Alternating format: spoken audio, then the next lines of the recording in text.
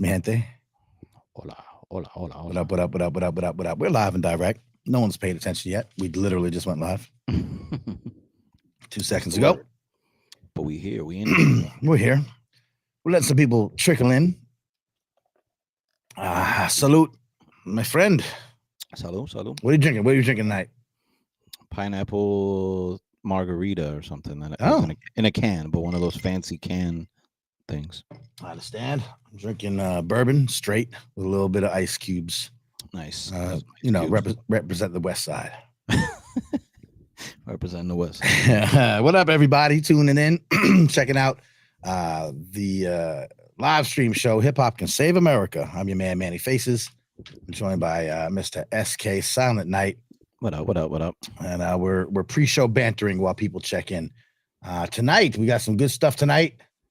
We're going to be talking about the Grammys hip hop tribute recap. Some of y'all might have seen the Grammys hip hop 50 tribute last night. We have some thoughts. I'm going to talk about some hip hop news that isn't about dumb-ish, as I usually do. We'll share some stories of innovation and inspiration from the hip hop diaspora, as it were. Yeah. And we'll talk about this documentary I watched called Mixtape that's out there on Paramount Plus. And we got some friends from Yonkers, New York, talking about the past, present, and future legacy of Yonkers' contribution to hip hop music and culture. Hey, YO. YO. So that should be fun. I'm looking forward to that. They, as we've talked about in the show before, the local scenes, the local jump off SKU from New Brunswick, New Jersey, wonderful music city. A lot of things happening there. We've talked about that legacy, and so we got the folks from Yonkers coming in. So without further ado, why don't we kick this off proper, like, yeah? Yeah, let's do All it. right, Mr. Live Stream, Hip Hop Can Save America, and it goes a little something like this. Hit it. Many faces. You sick for this one. Sick for this one. Sick for this one. The thing about hip hop today is it's smart. It's insightful. The way that they can communicate a complex message in a very short space is remarkable. And a lot of these kids, they're not going to be reading the New York Times. That's not how they're getting their information. My hip hop will rock and shake the nation. Hip hop culture is more than music. Peace to you and speak the truth. Show 'em what peace can do in their race for you. My hip hop will rock and shock the nation. Rap is something you do. Hip hop is something you live. So hip hop didn't invent anything, but hip hop reinvented everything. This is Baby Girl Faces. And this episode is brought to you by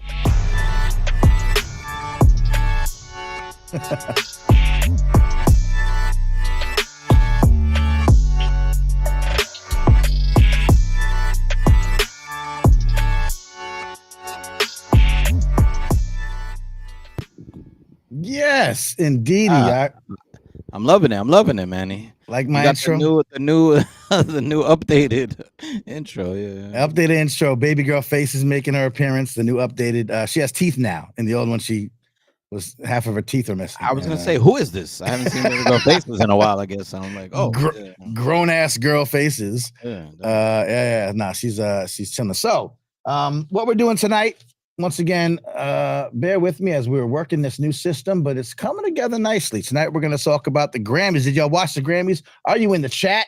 What's up? Yo, Black Westchester up in the spot. YO coming through tonight. We got folks from Yonkers to talk about the past, present, and future legacy of Yonkers' contributions to hip hop music and culture. Obviously, we know some of the, everyone knows kind of the basics, but there's always a deeper story. We want to talk to the folks who are in there, like Swimwear. They're going to tell us a little bit about that. Thank you. Appreciate you. Dope intro. I worked hard on that. I do everything myself, yo. Yep. So that's what's up. So listen, if you're watching on a platform other than YouTube, I don't mind if you're somewhere else, but we are trying to get everyone over onto the YouTube platform. That's where we drop other material. That's where we drop bonus material. That's where we drop like snippets. We take the interviews, we smack them, flip them, rub them down. So if you want to come on over and subscribe for free, turn on notifications, smash the buttons that you do on YouTube, all that YouTube streamer stuff, hiphopcansaveamerica.com/watch basically redirects you to my YouTube page where this is, kind of officially being broadcast from. So just put it out there. If you like what you see tonight, you like what you're seeing right now, that's the home base. We're still on Facebook and LinkedIn and stuff, but we're going to bring up people over to YouTube. So do that. Once again, like I said, tonight we're rocking. We'll talk about the Grammys. If you watch the Grammys, the 50 Hip Hop 50 tribute. We'll talk about that in the 10, around 10 o'clock after we get through the interview with the Yonkers folk. I want to talk about the mixtape documentary review, and we'll give you some hip hop news that isn't about dumb-ish. And we'll start off with that. Now, I do have a newsletter, and when I talk about that, I want to say that we send out a newsletter to talk about news, like hip hop news, that's not about dumb-ish. Now, what does that mean? Like, the stuff that you don't see on, every day everyone want to talk about all the gossipy stuff and the who got this and that and the third. Now, Cardi B is single again, so we'll get that out of the way. Nothing wrong with spreading some, I can't do nothing about it. I'm betrothed. I can't do nothing about it. But I didn't know this. Breaking news to me. Breaking news. There you go. Hold on. This just in. Cardi B, apparently single. So yeah, we could cover that stuff. You want to talk about that stuff. But what I talk about on the show, we get rid of these banners, is some of the good stuff that's happening in hip hop culture. And we have a newsletter that talks about that stuff. In this newsletter, which you can get at mannyfaces.substack.com, we got some stories of interest, including I did a great, I got an op-ed in the Atlanta Journal-Constitution. Yes. I started with mine. This was a big look. Look at this. This was print. I got the paper in print. We wanted to talk about ways to better tap hip hop's value. I said that America underestimates what hip hop is all about. We know this stuff. It's not just the music, it's the culture, all the beauty and beautiful and brilliance and ingenious stuff. But some other stories. Black Thought has a new book out called The Upcycled Self. You heard about this? You know about Black Thought's memoir? I heard about it. I got to peep it though. Yeah. Yeah. You got it? I did not got it yet. Okay. But for those who, value the culture, value lyricism, value someone who's been in it for a long, long, long time, doing a lot of great things. He has an interesting story, really interesting story. There was an NPR story, which we linked to, which is an interview with him. So that's one of the interesting things we pointed to this week in the newsletter. Once again, you see it on the screen, mannyfaces.substack.com. It's a free newsletter if you like stuff like this. You want to sign up and get that. I talked about this last week, I think. Stella Standing Bear. Yes. Yep. Is I remember. a Native American artist. She's doing some dope stuff. We linked to that story in Teen Vogue, of all places. It's funny, and when I say funny, it's not funny, that I don't hear about Stella Standing Bear, who's a Native American hip hop artist, young woman doing great things, making a mark. I don't see her in, I don't know, hip hop media, for example. It's in Teen Vogue, but Vogue, that's where I go to for my hip hop media. That's where I go. So I spread the love from there. No, I'm not signing up Teen Vogue. Don't get crazy. So we have that. I want to talk once again, we got the folks from Yonkers rocking with us in a few minutes. Make sure you tune in. Who we got from Yonkers coming up? All right, so Yonkers coming in. We got first of all, as you saw in the sponsors of the show, and thank you to all our wonderful sponsors who put a few dollars a month into the pot to help make this show happen. It's a wonderful thing, and I do appreciate it. What we got is Andrew Wang leading the charge, making all the connections, doing all the things. Andrew Wang's on the check, and he's a supporter of the show, but also we've talked multiple times about the Yonkers situation. Jerome Enders, who's written a book called the Yonkers, the Lost City of Hip Hop. Okay. And we have I think there's another guest coming in who's representing the breaker community out in Yonkers, and so nice. A few elements being represented. So we have that coming up next. That's important to me because I definitely want to focus when we can on local areas that don't always get the attention. And of course, as we know, during Hip Hop 50 celebrations, areas aren't focused on, elements aren't focused on. We talk about who might have been missing from the Grammys, tribute, things like that. So what we can do in our own little way is try to, do what we can to help spread that love. And give those flowers. So still to come, that's coming up in about 15, 20 minutes. Cool. Shout out to B-Boy London. That's the B-Boy. B-Boy London, thank you so much. I appreciate that that assist on there. So yeah. So one or two more of the stories about hip hop news. It doesn't suck. Listen, I've been following this guy for a long time. I've been wanting to have him on the show.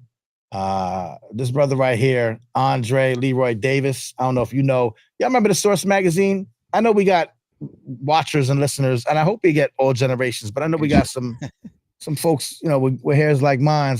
I was about to say, are you asking if people remember the Source magazine or something about the Source magazine? Well, not everybody remembers the Source magazine in its physical format. You know what I mean? Like, right. I hope we're getting some younger folk listening to the show and be like, wait, you mean the website? I'm like, no, the actual magazine. Andre Leroy Davis would always do the last word, that cartoon that was on the last page of the Source in every edition. He's a super dope dude. I've met him. He's a wonderful guy. So what we did was we linked two stories about him. I've been wanting to get him on the show forever, and he knows this. If he's listening, he's like, you told me he was going to be on the show, Manny, and I got you this year. But I guarantee you. But we linked two stories about him. One is sort of a profile, and then the other is the fact that the Herd Library has done an actual exhibition showcasing his prints, his work as a cartoonist. Nice. And I think that's beautiful. I think that's wonderful. We forget sometimes that, again, as we talk about all the time, hip hop is not just the artists, the musicians, the producers, the DJs.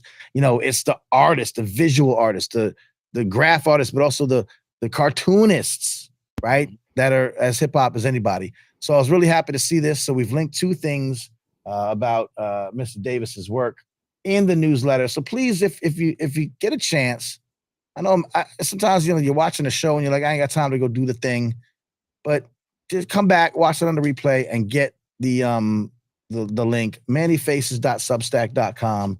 It is a free newsletter.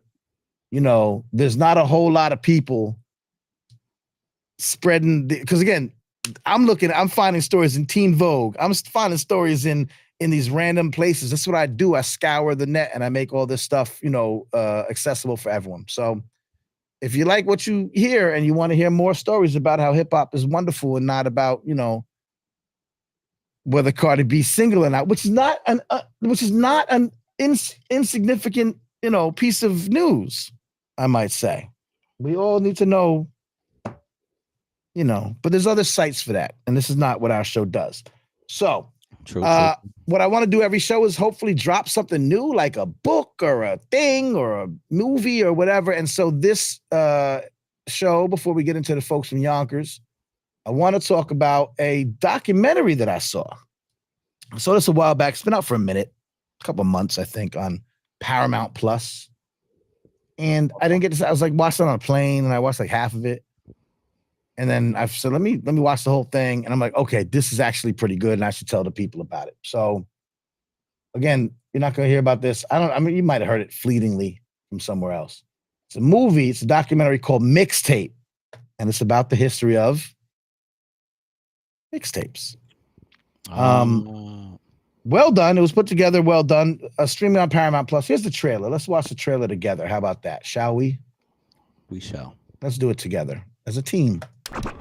Jack somebody beat and kill it. If you can't do that, that ain't a mixtape. New York was funky back then. We couldn't download hip-hop. We physically had to be there. Jams in the park, club performances. The only way that you can walk away and still hear it is if you had a tape. Game changer. Ask around the whole town. Know that the OG hold it down. Ask around the whole town. Know that the OG hold it down. The mixtape DJ showed what hip-hop is supposed to sound like. Mixtapes are stories. That's what I do. Call me. You have a vibrant music scene based on reputation, gang affiliation, what you did, didn't do. You're talking hundreds of thousands of dollars. It's stolen music. The record companies got spooked. The hit record on a mixtape was as powerful as a #1 on the Hot 100 on Billboard. What's up? I was getting robbed for mixtapes. I see mad cops, FBI. I'm being arrested for bootlegging and racketeering. It definitely made me more famous than I ever was. We were changing the whole 90s hip hop era. This is what keeps me alive. The bigger the boom, the bigger the bang. What? Yes, I gotta watch that. Right there, you have it. So Sapishly. yeah, it was pretty dope. I enjoyed it a good amount. I thought it was well done. What I loved about Hip Hop 50 is, I guess, because of the year and the celebrations and everything, you did get some corporate buy-in from the Netflixes and the Paramounts and the streaming services that would fund and put together these things. This documentary was very Tony Touch heavy. He was involved in it. He was a music director. Okay. He was the one of the producers. So you I saw him a lot. I was gonna ask if he was how much involvement. Well, way more involvement than I was thinking, I guess. Yeah. Yeah, you see him a lot. You know what I mean? But listen. I seen the show Drama, that they showed DJ Drama and everything that happened with that, which is a big thing. Even just from the trailer, it seemed like they showed a good amount of variety and a good amount of people that were involved or have been involved in the mixtapes and in that scene and culture. So that's dope. The chronology was good. You had definitely interviews from all the major, Who Kid was featured, DJ Clue was on there. Yeah, Doo-Wop. Doo-Wop was on there. SNS, like all right, that's what's up. Ron G, I think, was on there. Now Ron G was my favorite mixtape because I love blends. Did they do a I know this is probably a recent film, but did they any K-Slay K-Slay was in there. He was interviewed for this. He wasn't there. Yeah. So and they gave him an in memoriam at the end. So it was great. Is it a series, by the way? My fault. Or no, movie. It's a straight documentary. Okay. Cool, yeah, cool. about hour and a half kind of joint. It did touch upon it went back pretty far. It talked about the history from literally Cold Crush Brothers, taping live shows and the really original origins of the mixtape, how it turned into an industry. Okay. I loved it because one of the, I talk about innovation in hip hop all the time and how brilliant hip hop innovators have been throughout history.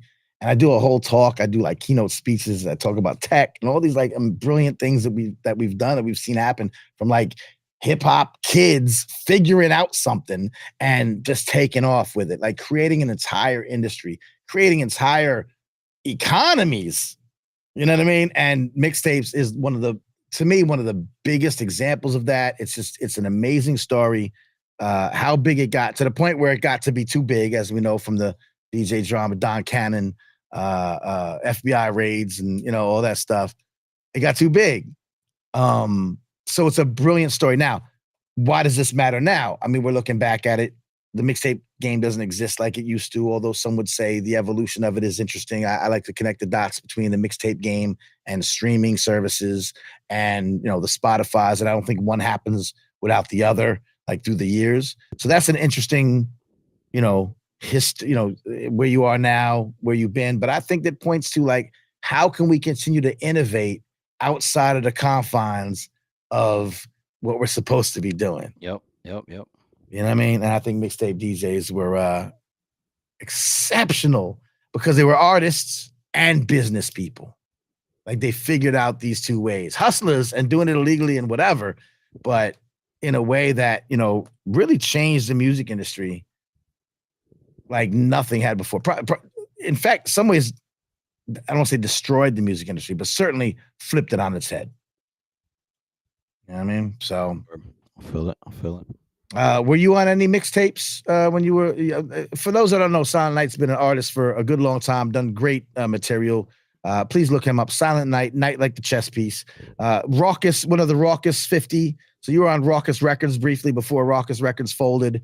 You've had songs with Inspector Deck. You've done joints. Was there ever a mixtape you were trying to get on or got on, or were there, what was your experience with the mixtape circuit? That's a good question. Shout out to Jay Ronan. Jay Ronan put me on mixtapes. That was for my era, or when I started actually making, whatever noise I'm making, when I started putting albums out there, putting songs out there, putting music out there. Yeah, Jay Ronan. Jay Ronan was probably the main cat, or the first cat, or at least who comes to mind. So yeah, if anybody's watching or listening, apologies if I'm leaving you out totally, because blame the mind, not the heart, and all that. But he comes to mind as far as that. G-Pa said they still call it mixtapes, though. They definitely do. And there was some commentary at the end of the movie about that. Like, it's mixtapes. Is it still mixtapes? Yeah. We release something that's sort of like an album, but it's not officially an album, but you call it a mixtape, but it's really an album. People still call it a tape, a mixtape. Like, it don't matter if it's on Spotify at this point, or like, I mean, because you also had like Dat Piff, like websites that were all mixtapes, even if it's digital. But that's true. And so I wanted to tie that into two things. One of our very, very, very, very, very, very good friends, Summer McCoy, who's the consulting producer of this podcast, actually, and just one of the most wonderfulest people in the world, has an initiative called the Mixtape Museum. And I want to share this with you as well. So one of the things we talk about when we talk about mixtapes, and you talk about it like Dat Piff and these digital aspects of it, is how do we keep this stuff preserved? How do we digitize these cassettes that might only live on cassettes or CDs before they disappear and go away? So if you're interested in this, if you're a mixtape DJ from back in the days, if you are, you probably already know Summer. You know what I mean? So and Jeep, I'm about to talk about just the next tip of my tongue. So you right online with where we're at. The Mixtape Museum is the house for that initiative. So if you have old mixtapes, maybe not even a mixtape DJ, maybe you were a mixtape DJ, a mixtape, collector or connoisseur, and you have some, contact the Mixtape Museum, contact my homie Summer, and see if you can get that stuff over and make sure that it's digitized. We're trying to create an archive, right? Archival source for that. And lastly, to your point, G-Pa, on the check-in on the chat, there is a older, less finely produced documentary it's put out by the Mixtape Museum on YouTube, and it is Justo Presents the Mixtape documentary. And Justo, if you know, oh wow, I got all weirded there. Let's see. Yeah. Wow, look at that. Okay. House of Mirrors. Yeah. There we go. The Justo Presents the Mixtape documentary. And so we talked about Justo. So Justo is absolutely sort of a mentor, a pioneer in recognizing the culture, the subculture of the culture that was the mixtape culture. Justo Mixtape Awards went on for several years back in the days. He was central to recognizing mixtape DJs for their ingenuity, the stuff that we're talking about tonight. And so big shouts to Justo. There is a longer documentary. It's about 1 hour and 16 minutes. It lives on YouTube, Mixtape Museum again. So if you want to find out more, if you like the mixtape documentary and you want to really go deep in like kind of crate digging as it were, you'll find a lot of information on the Justo Presents the Mixtape documentary that lives on Facebook. I'm telling you that mixtapes, for me personally, we've talked about how we came up and how we fell in love with hip hop and all that stuff. It was radio for me because I'm on Long Island and we used to listen to Red Alert and Marley Marl on the radio and catch that Friday, Saturday nights for like 2 or 3 hours every week. But the mixtapes really became something because we weren't in the clubs. We were young. We were on Long Island. We weren't right there in the midst of it all. We weren't at Union Square. We weren't at, all the clubs. We weren't at the tunnel, but we could get those mixtapes and you could feel like, there was energy.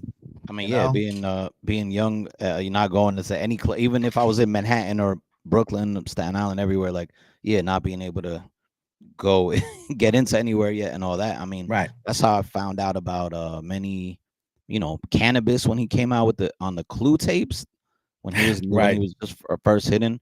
Right. A bunch of stuff too. I remember going to Burkina in the city, Lower East Side, mixtape spot, heavy mixtape spot there. Word. Yeah, definitely good memories. Radio too. Radio, whether it's terrestrial radio, I mean, mainstream radio too, and like college radio. College radio was great. In the mixtapes though. College radio was great in the last in the current. It went out today. So if you're not signed up, do sign up for my newsletter. It went out today. So first of all, I want to say Justo, rest in peace. So Justo did pass away in a car accident some years ago now. and kind of at the height of this movement to celebrate mixtape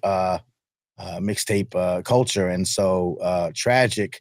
But that's why we love Summer, for keeping his legacy alive and keeping the idea of preserving mixtapes alive. So once again, please, if you have mixtape memory, she's also collecting mixtape memories, just like we had one right now. You were like, I went to I got a bunch of mixtape memories. Yeah. Right. So I'm working with the Mixtape Museum. We're gonna find a way for people to like call in and leave messages of their mix or videos and send videos. So just stay tuned and stay plugged into me, of course, because I bring you all this good stuff, but also the Mixtape Museum. Shouts to Summer, who we love like cooked food.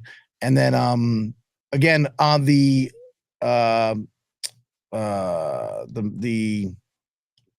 newsletter that I do, we also had a story about what was it? Oh, college. You mentioned radio, college radio. I'm going to do a whole college radio retrospective soon. Shouts to my man Dart Adams. Do you know Dart Adams up in Boston? Yeah, absolutely. Super dope dude, hip hop historian. Has a great story about his hip hop education coming from tuning in and rocking with college radio. And again, as a Long Island boy, Adelphi, Hofstra, hearing Public Enemy, Leaders of New School. Like we heard our Long Island folk on our college radio stations as well. And so that plays a huge part to play. So while I love the 50, we're going to talk later. We're going to talk later about the Grammys, how they decided to give tribute to Hip Hop 50. We like it when we talk about the things that not everyone's talking about. That would include radio. That would include, you know what I mean? What were we just talking about before radio? Documentaries, like mixtapes, documentaries. Thank you. It's bourbon hitting. And then, of course, it also, for us, focuses on localities, local areas that aren't New York, LA, Atlanta, Houston.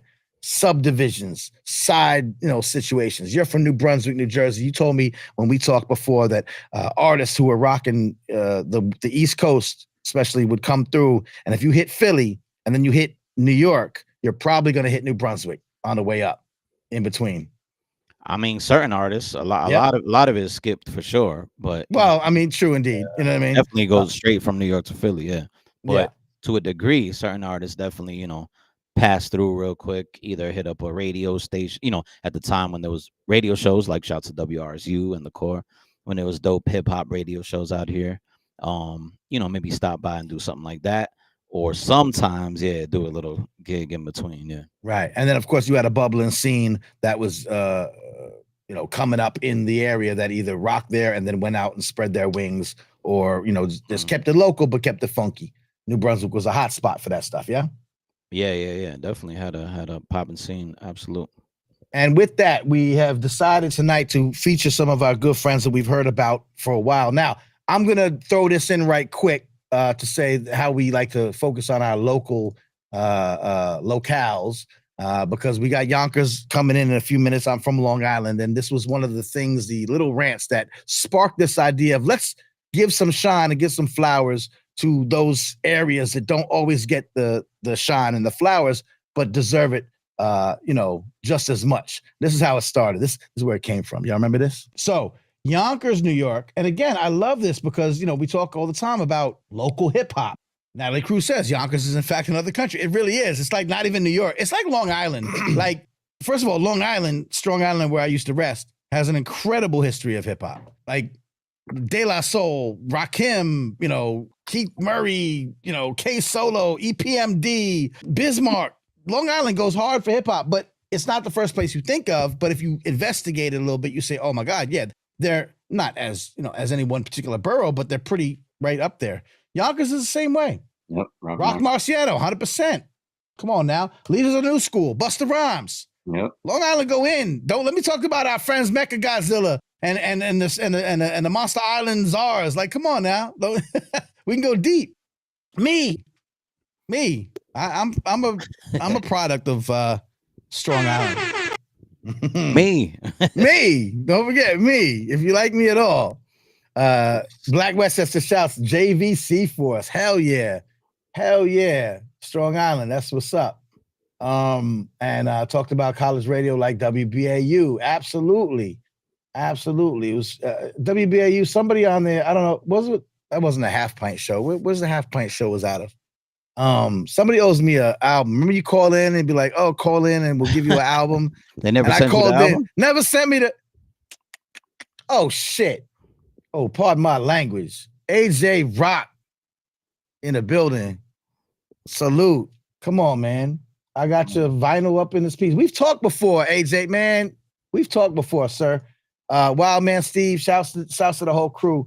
Shouts to the Shockleys, shouts to everybody. Long Island is a wonderful place, man. I love being from Long Island. So in the same way, we wanted to make sure that we give some love to other areas around SKU represented, New Brunswick, lovely. I wanted to bring in our folks from Yonkers to talk about the Yonkers, the past, present, and future legacy. I'm looking forward to this too, because same thing, like Wild, like you said, it is New York. It's not New York City. Right. Like Long Island is in New York, obviously. You know, now you got Buffalo, Buffalo lately, more in the spotlight and stuff like that. But with Yonkers, obviously for us or for me or certain people listening to, Rough Riders and DMX, like certain people from up there. But also, like we said, we got a B-boy in the house, like all these things that, okay, like you said, what's going on nowadays, past, present, future, stuff that myself and a lot of people might not be aware of. Yes, indeed. So let's go. Let's bring in our guests. We got a couple of guests, like I say, representing the Yonkers situation, past, present, and future legacy. Let's go. We got my man B-Boy London in the mix. We got my man Jerome Enders somewhere in the mix. What's up, gentlemen? What's good? Hey, how you doing? What's up? What up, brother? How are you, sir? London, we see you, we hear you, you hear us, you good? Yo, can you hear me? Can you hear me? 1 2 1 yes, 2. Sir. In the place to be. Let's go, baby. Hey, let's get it on. What's up? Come on. All right. Oh, Jerome's there, but not there. We'll start with you, London. Give us a little quick. We gave a little. Obviously, you heard us. Give us a little bit of rundown of why we're speaking tonight. Introduce yourself to how you like to present yourself to the world, sir. My name is B-Boy London. I'm an old school B-boy. I dance with a group called the New York City Breakers. Born and raised in the Bronx. Got a chance to eyewitness this firsthand. I come from generations of Bronx-born people. So it's a blessing, bro. I would have never thought in a million years that something that we did as kids would have manifest into this great culture that took over the goddamn 100%. world. You hear what I'm saying? Not rock and roll, not doo-wop, not disco, hip-hop. Something that was created by the children, the youth. And then the adults came in and fucked it all up. And now we go try to. That's right. We got to take it back to the beginning when we knew what we were doing. While we got you, before Jerome joins us, tell us, like, where did you grow up? What was your first introduction to this? What do you remember as a kid? We always hear from the OGs that, like, we didn't know we were doing something special. We were just doing what we do. What was your introduction to the scene? So it's deep. I'm gonna be honest with you, man, because to me, hip hop is really a way of life. But we say that right all the time, but we don't understand what that means. We're just repeating what we hear. So when I say that, what I'm really saying is the world did not fall in love with hip hop culture. Right. That's what we say because we're just repeating it. We're a bunch of sheep. What the world fell in love with was that Bronx, New York, urban culture that happened to include B-boys and B-girls, that happened to include boogie boys and graph writers, but it also included Double Dutch, Skelzy, Manhunt, Johnny on a Pony, Punchball, Stickball, right? All of those things. It also incorporated rock music, disco music, funk music, soul music, Latin music.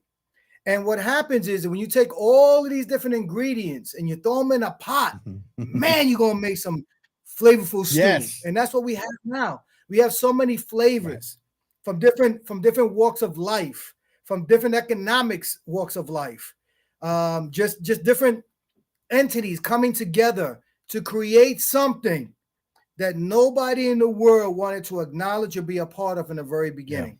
We were outcasts. Kind of like that movie, Rudolph and the Red-Nosed Reindeers, where all of the island of misfit toys. Well, that was us as kids. We were the misfit 100%. toys. And what made us different is what made us all in common. I feel you on that. Tell me about the crew. Tell me about how, like, y'all came together.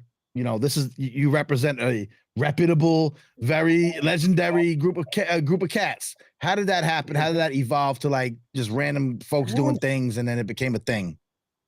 So let me tell you the real story behind all of this. Oh, shout out to Black Westchester, AJ Rock. I see you, baby. I see 100%. You, bro. You ain't lost a step yet. Let me tell you what really happened, okay? What people need to understand is that this is something that everybody was doing. It's kind of like when you get pro kids. Why you get pro kids? Everybody got pro kids. You get Converse, everybody got Converse. You get Nike, everybody got Nike. So when everybody starts breaking, popping, locking, whatever it is that they're doing, DJing, MCing, they're doing it because that's what's happening. That is what the youth is bringing to this world. And like anything else, I don't care if you talk about the civil rights, as much as we give credit to Dr. King, we give credit to Malcolm X, what changed the trajectory of the civil rights movement was when they sicked those dogs after those teenage kids that were marching, that were protesting. That's what made everything change. Prior to that, they were marching, they were getting arrested, everything was happening. But it was the youth that came in that changed the whole system. With that being said, that's what happens in the 70s. We go from a gang culture of wanting respect, and we're going to take it. If you don't give it, we're going to get it no matter what. To now starting to express ourselves through movement, whether that's through a spray can, whether that's on the dance floor, on a microphone. We're now starting to articulate ourselves, not understanding what we're doing. We just know we want respect. And I know if I burn this dude right here, they're going to love me. And I get in that circle, it's going to be fire. And I'm the one that's going to come out on top. When they understand that vibe, that energy, that's when you know you've arrived. Because now you're reading the energy from the room. And you're telling everybody, look at me. I exist. I exist. When they say breaking, I'm breaking into this world. I'm breaking onto this scene. This is emergency breaking news. B-Boy London is here. Let's go. Let's get it. Gotcha. That's what B-Boy culture is about. And that's what the world fell in love with. And then the MCs and the DJs and everybody else came along and rode that. And unfortunately, today, when we celebrate hip hop, what we really celebrate is music. We don't celebrate we've culture. talked about this. We celebrate music. Yeah. So, anyway, getting back. So, the way that the group started, we all grew up in the same neighborhood, more or less. We were known as originally the Floor Masters. And the Floor Masters were a crew that were just, from the same school or same block, same area, Kingsbridge, Fordham Road, anywhere around there, Bedford Park. So, everybody was kind of in the same area. We all practiced together, hung out together, played baseball together, played football together, whatever. We did everything together. And so, what happens is when we start to form and we all start to come together, some excel. Some became, great dancers. Some are mediocre. Some don't pan out. Some stay with sports. Some get into the music. Some stay with the dancing. Everyone starts to, it's like kind of rap music. When it first comes out, it's just rap. Now, there's like 20 genres. You got East Coast rap. You got West Coast rap. You got gangster rap. You got mumble rap. You got West. I mean, it's so much. It's the same thing with breaking. In the beginning, there's only a handful of crews. And from those crews, you get misunderstandings. They, you know what? I'm out of here. I'm gonna start my own shit. And then you go out, you start another crew, and that's what happens. It starts to take off. And I think that for us, the New York City Breakers, I think that what we did was we made it possible for people to dream. Because when we talk about the Olympics, you're talking about that concept comes from the New York City Breakers. That first originates with Action, B-Boy Action from my crew, who's the first one to articulate that and say, I think that breaking should be in the Olympics. It should be a sport. And that's how this whole thing comes about. And that's documented in a video interview with PM Magazine back in 83. And then again in 84, there's a photograph with another member of the crew named Powerful Pexter, where he's holding up a picture that says, we, the New York City Breakers, see breaking as an Olympic sport, and we see ourselves as pioneers. And it's dated January 15th, 1984. If I can't say anything else, If I told you, 25 years ago, 40 years ago, that some guy named Donald Trump would be the president, and that happened, you'll be like, oh my God, yo, how'd you know? Right. That's what's happening. You manifested. We gotta say you manifested, right? Yeah. Yeah. I feel you on that. I want to ask you a couple questions about that. I love hearing from the B-boy and B-girl community about the Olympics. It's a complicated topic. You know what I mean? Jerome, I want to see if Jerome's able to link in with us. I know Jerome was kind of. Jerome is in the house. Jerome, we got. I said Jerome.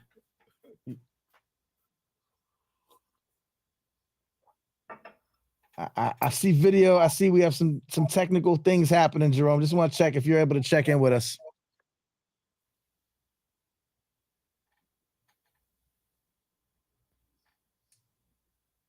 So we can't hear you at all. You're on mute. Yeah, can't see you or hear you at the moment, Jerome. But I'm keeping an eye out for it. London, are you out in Yonkers? Are you in that community now as well? So tell me what you can about. We hype this up. I say, hey, now I see you, Jerome. There you go. We're getting there. All right. So I'm in Southwest Yonkers. I've been in Yonkers for the last 31, 32 years. Yeah. After I had my TV show, I used to have a daily talk show, or I created something called Freestyle Fridays, and that went really big, especially on 106 and Park. Yeah. And I started a nonprofit, and then I just started working in the community. And that's how I got a chance to meet all the cats from Yonkers, basically, coming from the Bronx, moving to Yonkers, and then my kids were playing basketball. So I started mixing basketball with breaking, and I started teaching how to dribble to the beat of the music during the and1 time too. So it was perfect, so that created a lot of wonderful opportunities for my nonprofit, to get these kids to go and perform for the Knicks, go to the Garden. They would come and do camps for us. So that opened up a lot. And then DMX would come down. DMX got a crazy fan, like 500 family members, man. He's like, it's crazy, So like some of his family members would come down and play in our basketball league, and D would come out and promote his music and got tapes and stuff like that. So it was a really good time between, I would say, 2000 and like 2010. Like it was. I mean, first of all, hip hop at that time in the late 90s, I feel like that's the last part of the great. I would say from 2005 to maybe it starts to tail off. I mean, I don't know. Music's not the same for me. Maybe I'm getting older. I don't know. I just feel like, we lost the essence of being creative and doing things out of passion and wanting to be successful at it, to the point that that's all you do. You just eat, breathe, and think hip hop. And whether that's MC or DJ or B-boy, whatever it is, whatever you do in life, you got to be in it 100%. I get it. I'll say that we like to say that those folks still exist, but obviously what's been put to the forefront has kind of drowns it out most of the time. What are some of the things, I try to talk to a lot of people who aren't connected to the culture and try to connect some dots and say, they'll be like, oh, dancing, breaking, that's fun, that's cool, whatever. But I remember interviewing a brother, B-boy Frankie, out of Queens, maybe. And he tells me he does these workshops internationally, right? As I know you've done, you talk to kids, you work with kids, you have workshops here, there, and everywhere. And one of the things he told me, he says, when I go to the inner circle of the Arctic Circle, like I'm up in Inuit County and I'm all the way up in Northern Canada, and I come to a community and there's kids that they don't know much about the culture like we do. He says, so I'm teaching them to dance and I'm teaching them break and I'm teaching them basic moves. He goes, but I'm not teaching them dancing. I'm like, what do you mean? He goes, I'm teaching them confidence, right? I'm teaching them self-expression. I'm teaching them, the ability to do something they didn't think they were going to be able to do before. And 20 minutes in, an hour in, 2 hours in, all of a sudden this move they thought they couldn't do, they're able to do. And what does that do to a young person from your perspective, leading all the workshops with the youth that you've done? Well, bro, that changes your life. I'm an example of it. I couldn't even talk to girls. Like if a girl didn't talk to me, ain't nothing happening. I'm on the sideline. So it wasn't until I started breaking, and even then, I was still nervous and scared. Because it's getting over shyness. That fear. Right. That's a major hurdle. So, I never thought, think about this. As a kid, I'm performing. So it taught me how to speak. It taught me how to project, right? It taught me how to be large. It taught me how to make people laugh. It taught me how to control hundreds, if not thousands of people. Yeah. I can command a room. I can get them to do whatever I want. Not because I'm great, because I've done this for so long. Yeah. That I understand human behavior. Mm. And I can go to another country and I speak a single word. If I start doing this, everybody gonna start doing that. Universal. If I start doing this, everybody gonna start doing that. You know, if I start doing this, they're going to be louder, you know. So just, you know, it's a universal language. And what happens is that when you start to dance and you start to get in tune with yourself, you start to find out who you really are as a person, right? Because there are times you want to give up. You're like, I can't do this, man. There's no way.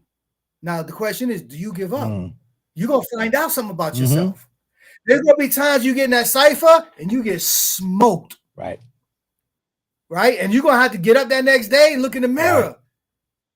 Right? So there are things that happen in life when you get into breaking into that world. It's going to test your physical strength, your mental strength, your fortitude, your tenacity. And that's why most B-boys, not all, they got bite. They got bite because they had to go through some shit to get to where they are. Most B-boys are not financially successful, so they're still going through some shit.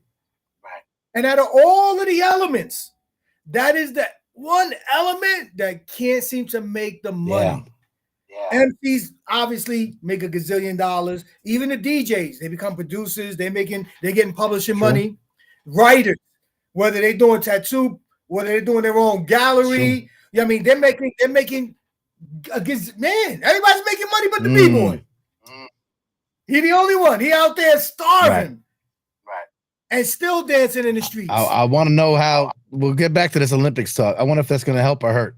You know what I mean? Like, it's a catch 22 because really what it is that if you had no shade, if you had the people that understood this culture from a business, an economical, and a cultural perspective, then I don't think that people would reject the Olympics like some people do.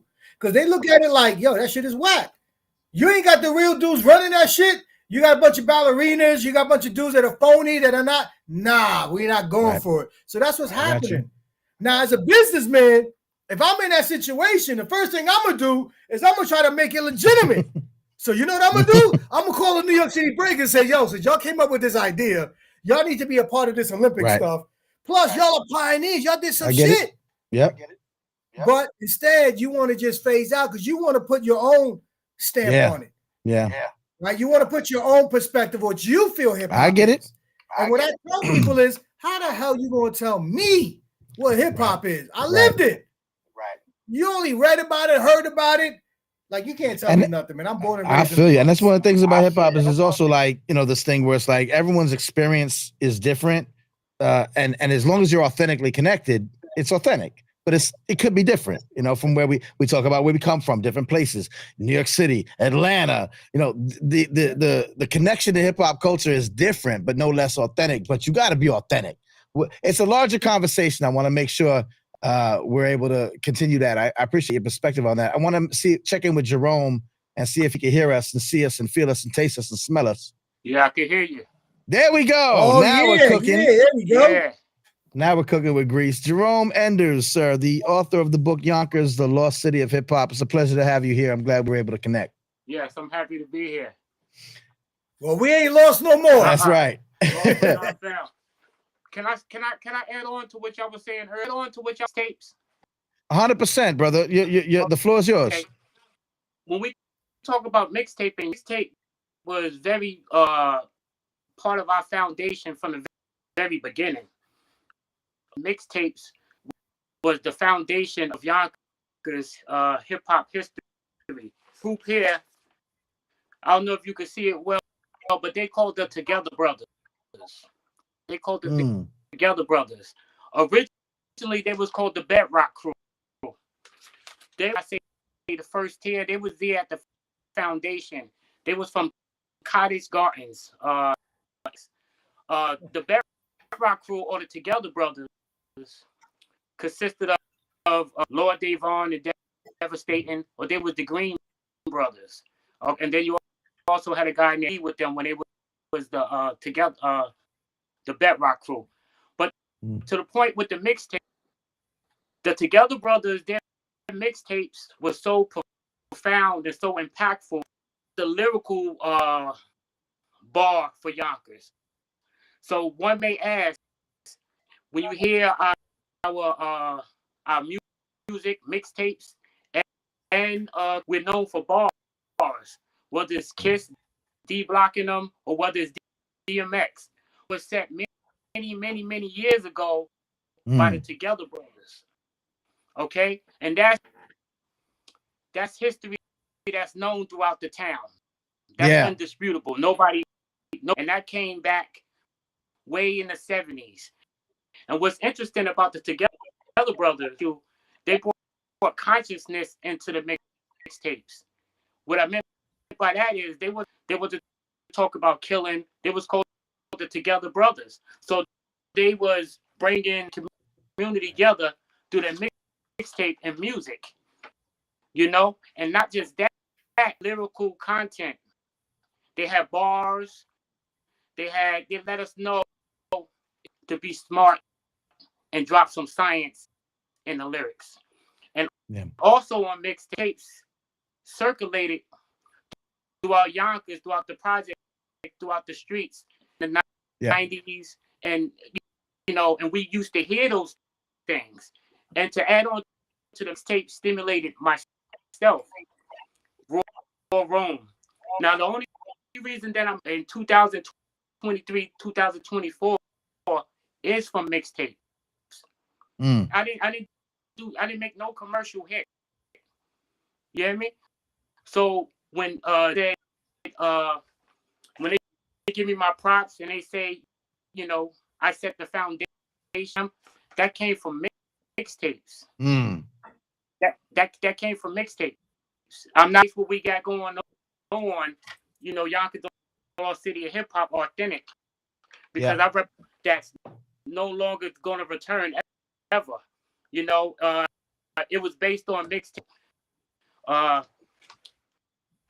want to add on also mixtapes show the international summit we had last, and you had a guy named Syed from Afghanistan, and he was talking.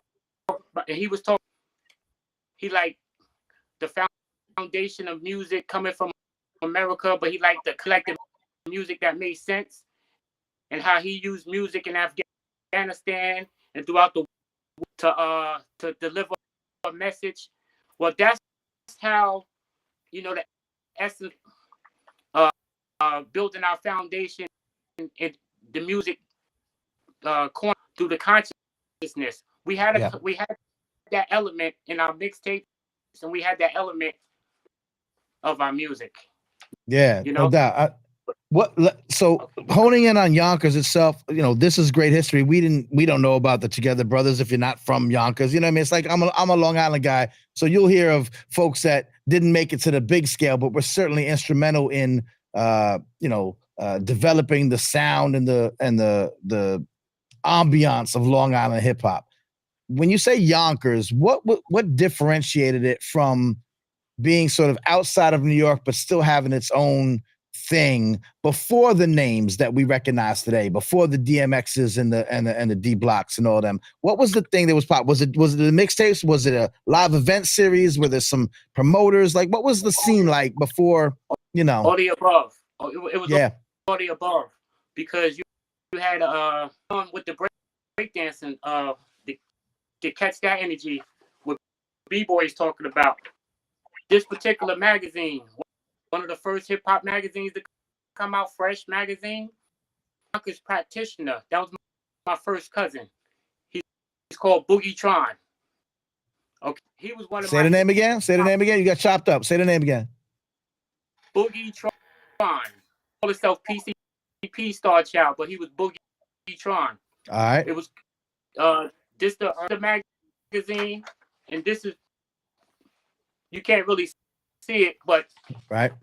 Then we had practitioners in Yonkers, such as my cousin Boogie down to Manhattan in the Bronx and hitting the streets breakdancing.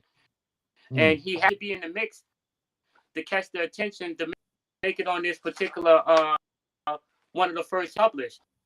So we had the dancing element that was going back and forth to Yonkers, right, to the city. Also, we had groups such as they was in Yonkers. They was doing solo sound. Was doing Yonkers. They was doing parties in our venues. We had School 12, Jackson Street, Wills, different venues like that. So Yonkers for the venues, and a lot of talent used to come in and do shows up in Yonkers. So we had groups coming doing shows because of our venues, and then we had groups such as Solo Sound. We had the Together Brothers.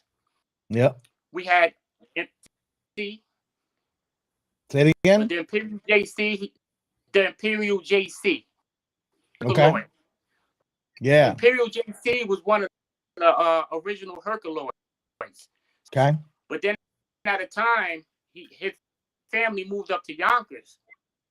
You know what I mean? Yonkers, at the early foundation of hip hop, when he came up there, already in Yonkers, because you had the Solo Sounds, you had the Bedrock Crew, and many other practitioners throughout the town.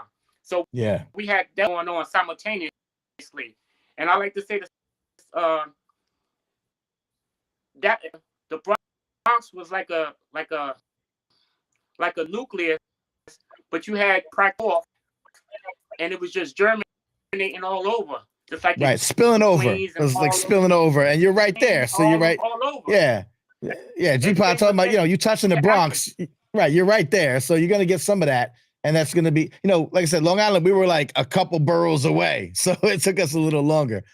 Jerome, if you could do me a favor, I'm getting some choppiness on your audio. So I'm trying to see if we can get the best sound for you. If you could maybe jump out, jump back in and see if that cleans it up a little bit. I'd appreciate that. I don't know if it's the internet connection or what's going on over there. And meanwhile, I'll turn to London real quick. We got about 5 or 10 minutes left. So Jerome, if you can do that, just jump out and jump back in and see if that helps. You feel me? All right. London, real quick, you've been there for like 30 something odd years. Again, this is now the transition to the time when we start hearing acts coming out of Yonkers. Now, I talk about Long Island a lot. We were early. We had Rakim. We had De La Soul.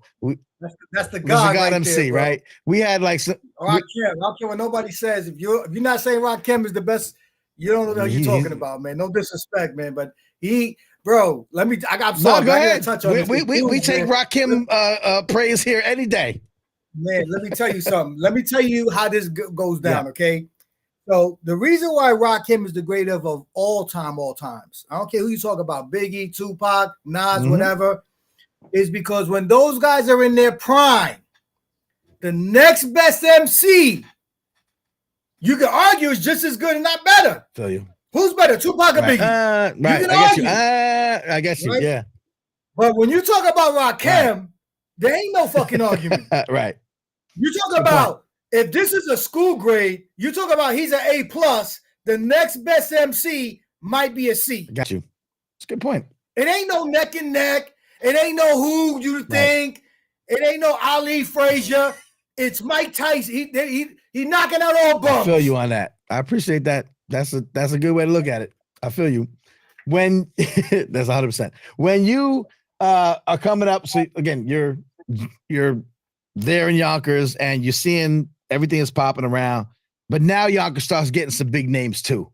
You start getting the Locks. You start getting what was your when did you see that bubbling being in there? Like, were they popping off locally? How did that happen?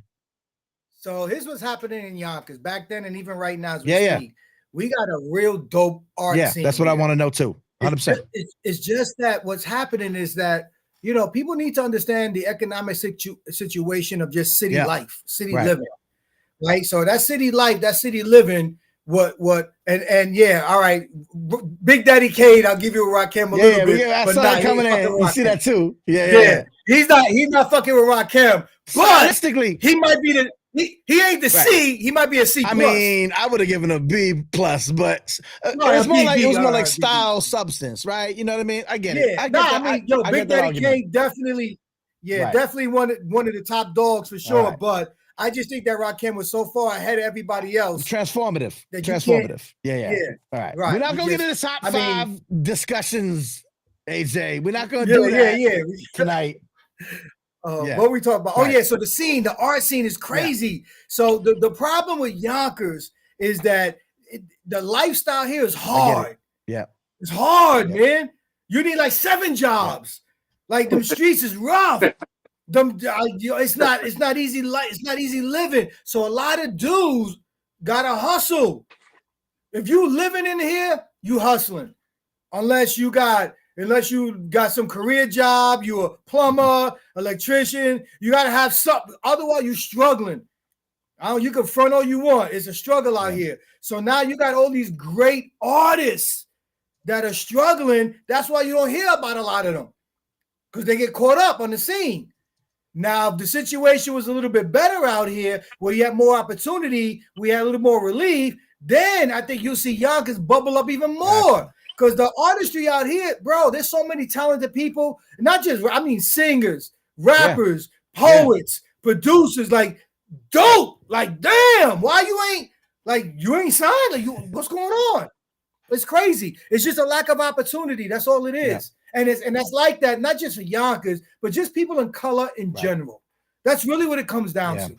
You know, when it comes down, because even, man, I don't even want to get into that, bro. We get into that another day. That's a whole nother subject on just how they do people of color, you know, whether you're a dark skin or light skin type of person, and the perception that they throw on you. You know, even when I came to Yonkers, you know, like I said, 33 years ago, just the perception, you know, of a street dude, or just not understanding. I'm not a regular schmegler motherfucker. Like, I've done some shit in my life, but I know a little bit about politics. I know a little bit about street life. I know a little bit about a lot of different things. So it's just it's breaking through those stereotypes. And some of us that grow up in these streets can't do that. We get consumed by it. And our attitude is, well, fuck it. You gonna treat me like a criminal? Then I'm gonna act like a criminal. And I'm gonna be that criminal. And that's what happens. If it ain't for that, Yonkers, man, they'll be killing it. Hotbed of talent. Jerome, how did that transformation happen? How did we get from, just being on the periphery to really supplanting the genre with superstars? How did that happen? How did it happen? What, the transformation? Yeah, like how did we get from local talent, rocking, y'all doing your thing, to getting some of the big names that now everybody knows when they say YO, they think of, the Locks, they think of DMX. How did that? What was it? Just Mary J? No, it was Mary. It was an accumulation over the years, like you said, the mixtapes, the Together Brothers. I keep going back to them. They was our Rakim, right? And I came after the Together Brothers, Raw Rome, and I had I expressed myself through lyrics. And the generation after me, they took it to the next level. So that's how you start getting your Phil Blunts and your Black Jesus, and so many people that you never even knew about that helped create. It was a real competitive environment. It was about bars. We were doing parties at School 12. We were doing parties at School Street. We was in the streets. They was in the school. It was just hip hop was everywhere. And eventually, it led up to the Locks and DMX and Bill Blast. We got to go back to myself, Bill Blast, and DMX. We was a triad that came after the first tier of practitioners. So it's myself, Bill Blast, and DMX.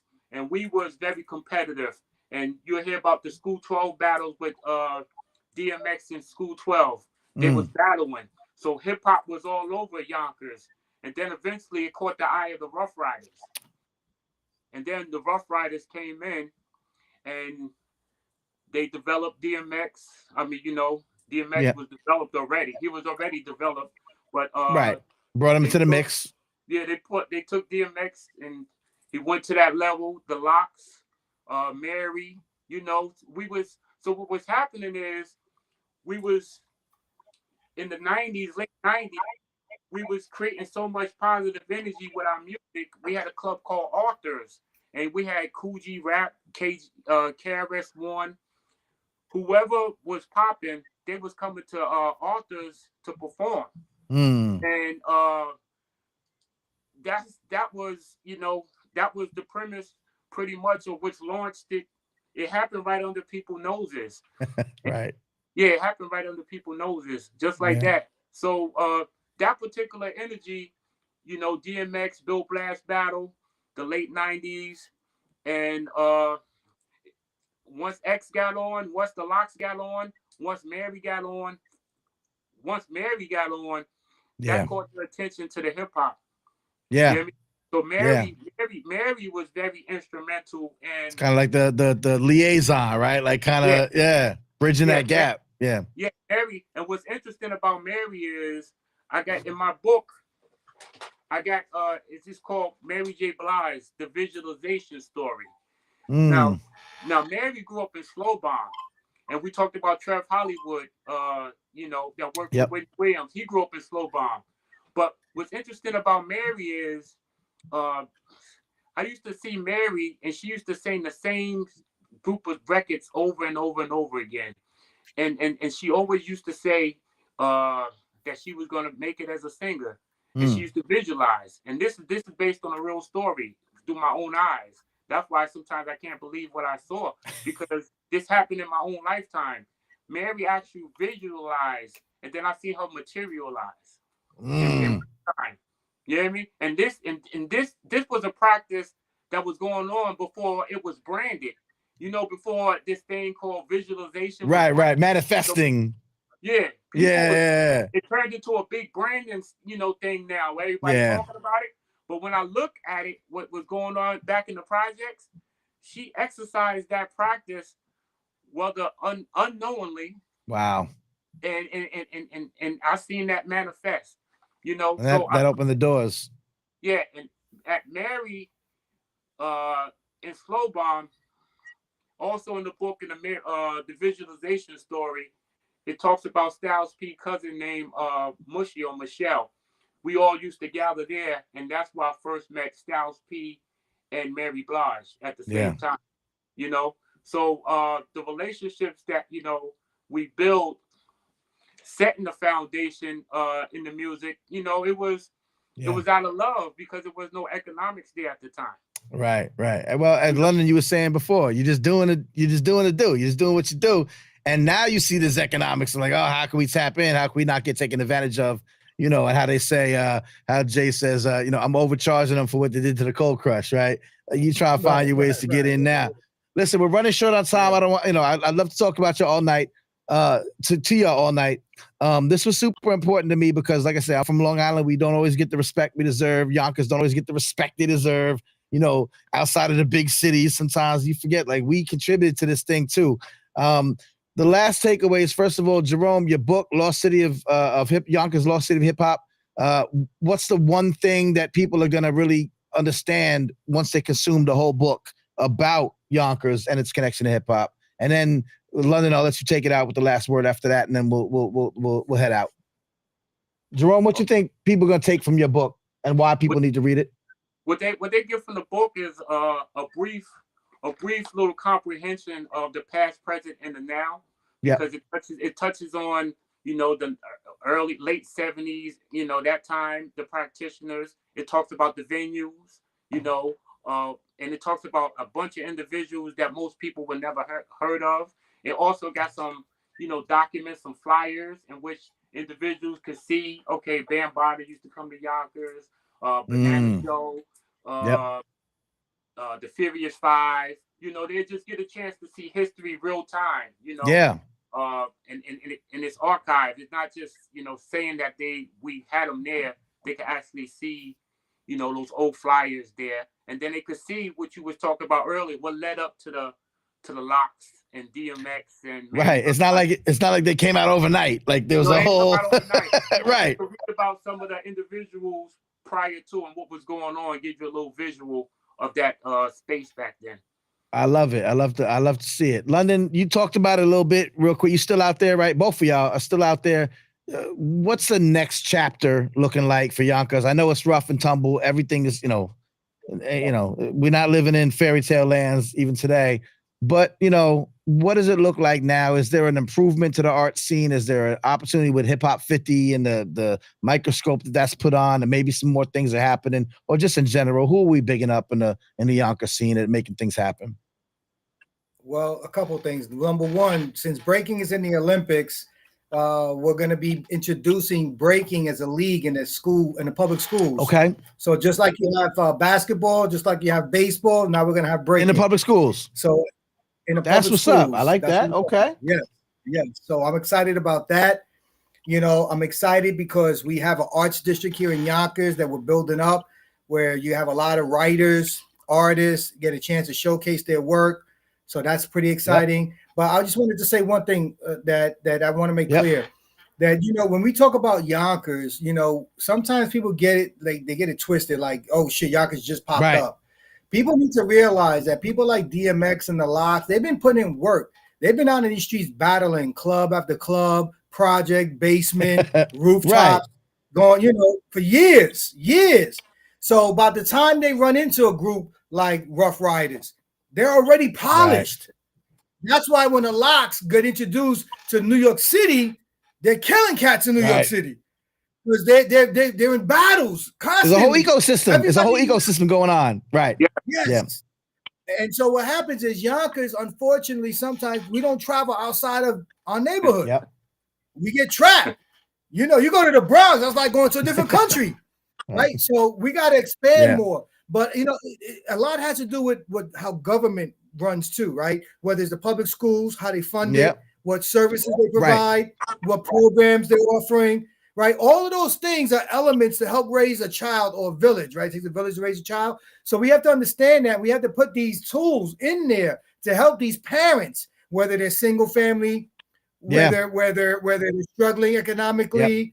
We have to put these safety nets in there, if nothing else, then just to make sure that we don't have to worry about this kid committing crimes for the next 30, 40 years. Because now he's educated, he's got a trait that he can make money with, and he can come back to the city of Yonkers and 100%. Contribute. That's what we want to do. We're coming back. The OG's coming back to as they should. That's it's up to us now, right? We at a certain age where we can make things happen. Y'all are perfect examples of that. Working programs into the schools, even if it's after school program or working with community centers. It's like we know the things that we did when we were younger that made us better equipped to handle life. You said it earlier, Lenny. You said, I always say every wannabe rap star doesn't make it, but they're still a better communicator, right? Because they've practiced those life skills. And so we say, why is it that you look at me real hard when you say that? No, I'm just looking at the camera. No. What, you was spitting too? You was spitting too? Was that what it was? No. Listen, I just heard when you said wannabe rapper. I just saw you look at me like. Believe me, if I'm looking in the mirror, bro, how about that? Trust me when I tell you, I was one of them trying to make it. You know what I mean? Yeah. So.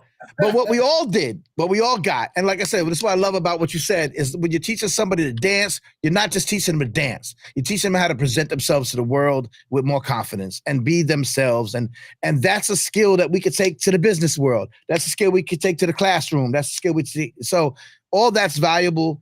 And I love that, as OGs, we're trying to make these things happen, get in where we fit in now. So I appreciate all that. There's a couple comments real quick. Y'all comment on this. First of all, Andrew Wang.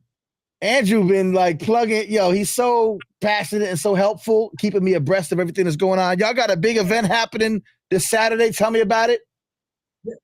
Yes, thank you. This Saturday, Montessori 27. That's on Riverdale and Valentine Lane. We're having a breaking competition. We're giving away over $2,500 in money.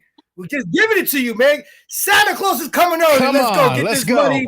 I'm giving it to you. We got first place, second place. We got adult battles. We got youth battles. We're just trying to do it. We're gonna have the mayors coming by to support us. The senators you're coming getting by. and you're getting like city and regional support governmentally, which is important. I hear. Yeah. Yes. Yeah, that's dope. Yes. So I'm happy. That's what I'm saying. Yo, for the first time, I feel like, man, we getting some support. Oh my God, this is crazy. Let's go. I'm loving it. I'm loving it. Let's make sure that they continue that ish for Hip Hop 51 and not just during Hip Hop 50. You know what I mean? Feel you. Well, 51. That's right. I get it. I know. Believe me, I know. You got a lock show coming up with Mary J at the Westchester County Center also coming up. Andrew Wayne's on top of everything. Y'all got a hip hop library card as part of the library system. Some really wonderful things. Graffiti. That's what's up. And let me tell you something. That library card, you better save it. Because 40 years from now, that's gonna be collector's item. Andrew told me he got one for me. If he don't got one for me, y'all gotta help me out, bro. I'm putting y'all like grab one for me. All right, real quick, London, you got anything else? You got the show coming up, the competition, cash money giving away. Anything else? That yeah, you can come down. We got Johnny Juice from Public Enemy. Oh, that's my guy. Come on, right. Long Island, let's go. Yes. We got DXT, used to be known as DST, coming down. You know, it's gonna be, man. Just come down. You're gonna see a lot of great dances, man. We got some young kids coming down that are like world-class athletes. All I can tell people is this. If you've never seen breaking with your own two eyes live, you got to come down to Yonkers Saturday, the 16th. We're going to be there from 1 to 6. I could just tell you that the mayor went there one time. He's supposed to stay there for 5 minutes. About an hour and a half later, he left. That's how it goes. Right? So that says something about the excitement.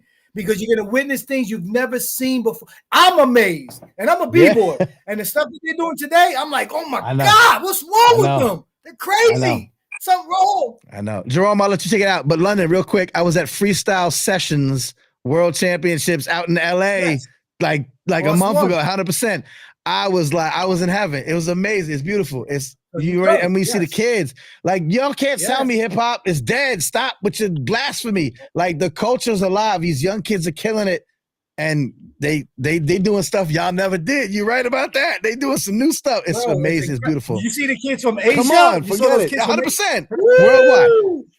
It's ridiculous. Jerome, take us out, brother. I know you got this book. Where can people find the book? Yonkers, the Lost City of Hip Hop, and also. I hear rumors that you got a new book. Like, I'm so mad at y'all writing book. I've been writing a book for like 8 years. I can't write a goddamn book. Y'all got books every. Damn it! All right, look, I'll let y'all go. I'll let my jealousy to the side. Where can they find this book? And then you got another one coming. Okay, you can find Yonkers, the Lost City of Hip Hop on every platform in which books are sold. Ebook, print books. You know, you can find it anywhere. All platforms. Yonkers, the Lost City of Hip Hop. My other book coming out, that's already out, an audio book, is called Self-Help Life, a Mental Health Journey. That's just a hip hop mental health book in which I wrote, in which I was experiencing some mental health issues. So I went to my original instrument, which is my voice and vibrations, and I used sound therapy to help heal myself through my mental situation I was dealing with. So it's based on a bunch of I have a bunch of poems that could be broken down into affirmations, they power words, you know, and that leads into a whole nother series of the power words, in which is going to be, you know, under the umbrella of the Lost City of Hip Hop, just using words and just, you know, just teaching. So that's another teaching tool. It's a mental health book, but it's a powerful teaching tool. It's based on poetry, and that is getting a lot of attention for those that into mental health and different things like that. That's a beautiful thing. If you know, well, you know me a little bit now, but you know that I often talk to mental health professionals, school counselors, folks that know the healing power of hip hop and how to connect those dots. So I'm really glad that you're contributing to that. You know, that literature, that, you know what I mean, that source of knowledge. You know what I mean? So please let me know when that officially drops. Not dropped yet, right? You said it's an audio, but not physical yet, right? It's not physical. The physical won't be out till next week, but I'll let you know and let me know. I'll send it. I'll send out to the newsletter. Obviously, mental health, something that I'm so happy we're more, talking about more these days, you know what I mean, than we used to. It was something that was always like, nah, you got to be hard and you got to be da-da-da. I'm like, yo, being hard is being able to know when to be hard. You feel me? Like, Yeah. And what I did is, I took the cape off. A lot of times, as a man, you go with your ego, you go with your pride, and you could do everything. But I was just in a situation where I couldn't do nothing, and I just took the cape off, and I had to do some work, and I just used the ancient practice of music, and to help heal myself. So hip hop heals, and we just using the knowledge element of hip hop to continue to educate in the future. Thank you. Yeah, I appreciate y'all for coming on, spending some time with me tonight, telling me about all the things going on in Yonkers, and also what y'all doing personally and how you look at this culture as we celebrate 50-ish years, but look into the future and how it can really continue. I like everyone looking at the past, but I love that we're kind of on the same page. We're looking at the future and what can we do moving forward. So I appreciate y'all time tonight. Oh, thank you for having me on. I appreciate it. I love the speakers. I love the whole setup. And just so people know, man. Yeah. This ain't no fake. This ain't no fake. I'll put that's the real deal. Right. I appreciate you. Thank you. Right. I got my lights on today. I got lights and everything, but it's not working today. Yeah. So just learn your history, man. It's important. And definitely go pick up the books, man, and learn about this history. Yonkers, the lost city of hip hop, and we got our own thing, man. By AJ Woodson. Go out there, pick those up. It tells you the history of Westchester, of Yonkers. You need to learn more because history is more than just the Bronx. It's more than just New York City. It goes beyond all Big of shouts that. to AJ Rock. That's an OG right there doing big things. So I appreciate all of y'all like collectively working together and shouting each other out. In the chat was crazy. Everyone's dropping more gems, and this was a beautiful conversation. I want to bring y'all back. We'll get into something I'm sure related to. We'll break off and do a break in the Olympics conversation. We'll do a hip hop and health conversation. We'll bring y'all back and we'll talk some more. I appreciate y'all so much. Oh, thank you very much. All right, y'all. Have a great night. Peace. All right. Peace. Woo-wee, there you go. Jerome Enders, B-Boy London. Andrew Wang is in the back. I saw you jump in, but I think he just let us rock. And Andrew, thank you so much for rocking with us in the background. You're such a great supporter of the show and such a great advocate for oh no, I turned off the lights. For Yonkers hip hop and for education. Andrew Wang, of course, does a lot of work in schools in Yonkers, bringing this. He says right here, I'm going to highlight his comment. I'm going to teach an after-school production at Yonkers Library, the new music recording studio that anyone can access. So this is the unspoken, the unsung hero of this conversation, my man Andrew Wang, who brought all this together and helped me. Obviously, when we did the global conference on hip-hop education, we had a session that was then uploaded, and we're sending it out to all of our peoples, Andrew and Jerome, on the lost city of hip-hop, Yonkers. This was so educational to me. SK, I don't know if you're still around. Jump back in if you are. I just found it to be great, and I'm glad that we worked through our technical difficulties. It's live, baby. It's live, which you know what it means. We'll do it live. Okay. We'll do it live. So it's kind of crazy sometimes, but I can handle it because I've been doing this for a minute. So that's what it is. So shouts again to Jerome Enders, Raw Rome from up in Yonkers. And the next time I'm in the New York area, I'm up in White Plains, matter of fact. I'm up in White Plains doing some cool educational stuff that I'll tell you more about later in March. So I might have to swing through and check out my good folk up in Yonkers, north of the Bronx, where people are fresh. Thanks again to Black Westchester checking in. AJ Rock rocking his book. Damn it. I heard him say it. I didn't expect him to be here. Oh, geez, AJ Rock. This guy's a real inspiration. And I want to get your book right. I want to get your book title right. What's the name of the book, AJ? Hit me up. But also concentrating on that as well. So that's what's up. Natalie Crew on the check-in. Appreciate you, Natalie Crew. As always, one of my literal day zeros. Appreciate you. Love you. Like cook food. Love you so much. And shouts to everybody from Yonkers. Let's take a quick break. SK, are you still in the mix here? You still rocking with me, SK?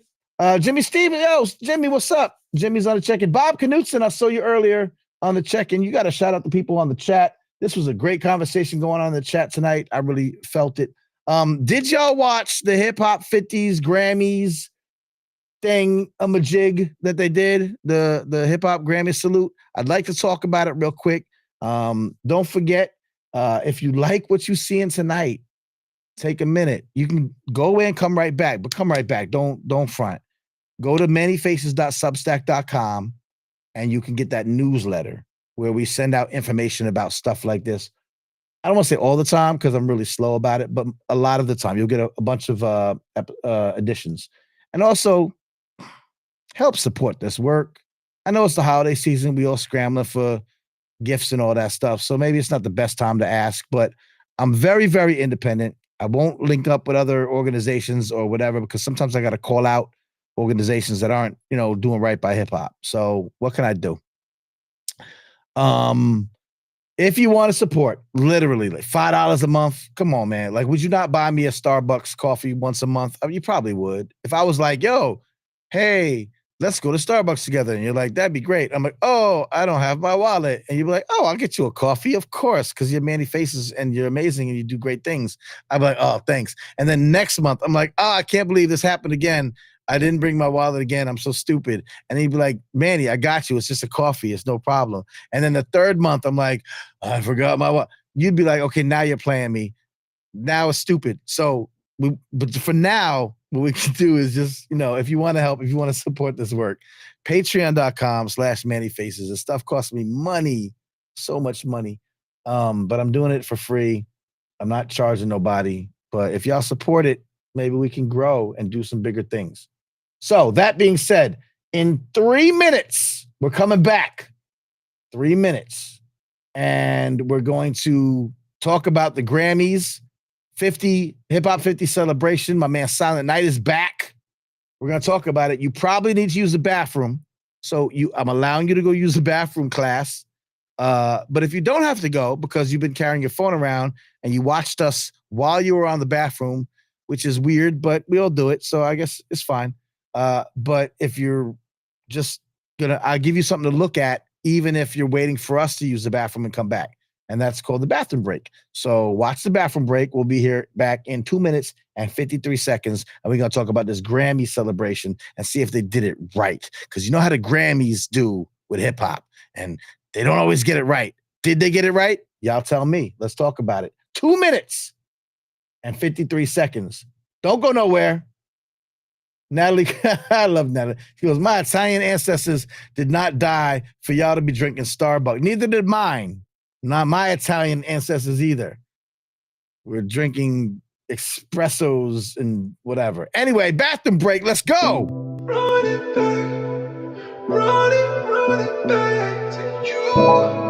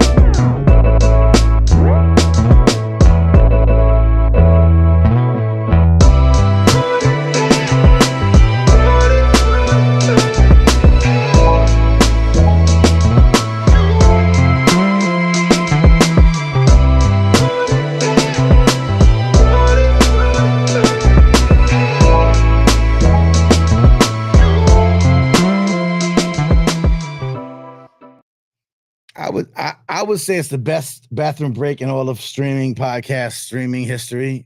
I don't know if anyone else does a bathroom break, but if they do, mine is better. I did it all myself. I hired the cat. The cat was very diva. The cat was like, "I'm union," and I'm like, "But y'all on strike." And she's like, "Well, I'm crossing the picket line." No, none of that happened. But I appreciate y'all for sticking around for the end of the show. This was a great conversation. It went a little bit wonky in the beginning with the technical difficulties, but I hope y'all got some value out of it. I certainly did. Anything I could learn about, damn, what is my Cash App? Someone's asking me what my Cash App is. I should have that at the ready. Anyway, anything I could learn about hip hop history somewhere, here, there, or everywhere, I'm all about it. My Cash App, I appreciate the effort, is Manny Faces Media. So shouts to AJ for that. Anyway, do support if you can. We can go Patreon or you can go Cash App now that you know. And if you want to send me something via Venmo or you want to deliver rubies to me in a package using the U.S. Postal Service, I'll take that as well. And we'll move forward. Whatever you want to do to help support the cause, I appreciate you. Check me out every Monday night, 9 p.m. We're doing it live, guys. We're doing it live. We'll do it live. Okay. We'll do it live. And somehow it's working. I won't be here next week, the 18th. I'll be on the road. I'm doing some, I go around, I do things. People hire me to do things, which is nice. So I do some speaking and other things here and there. So that's happening next week. But maybe, Silent Night's back in the building. I'll give you one of these, bro.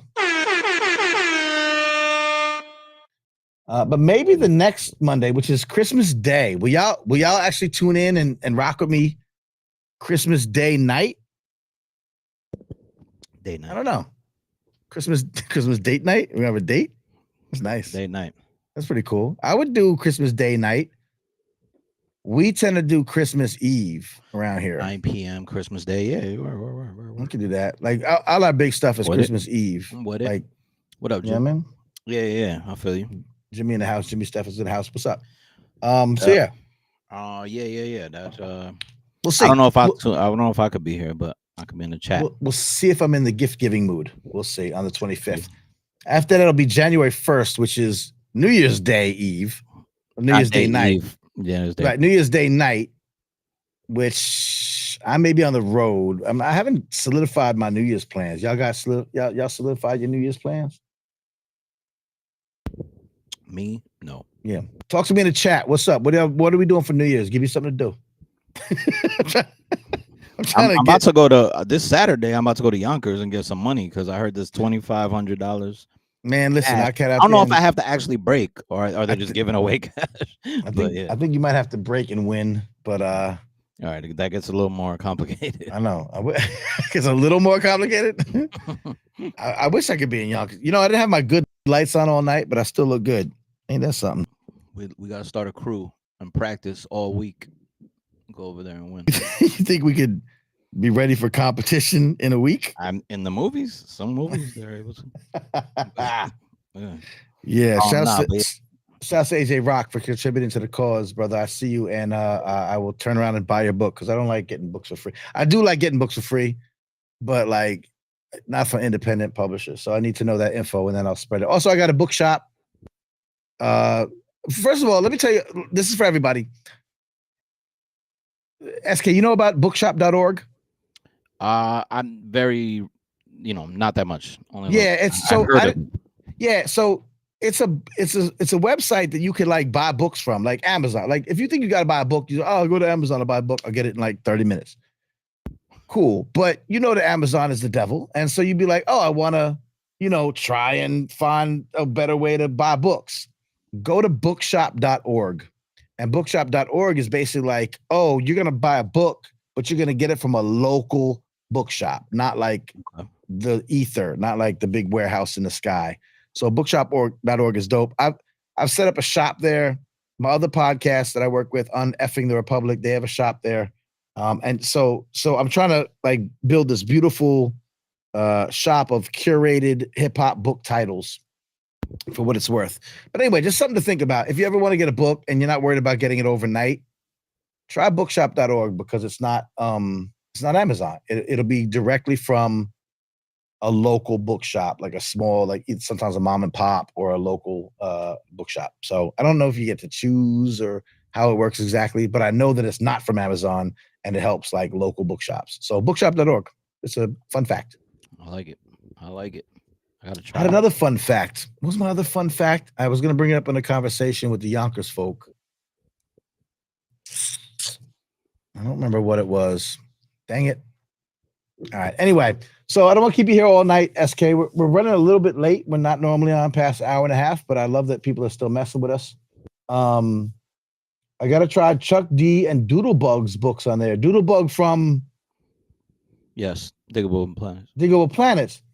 SK, tell me about your connection to Diggable Planets.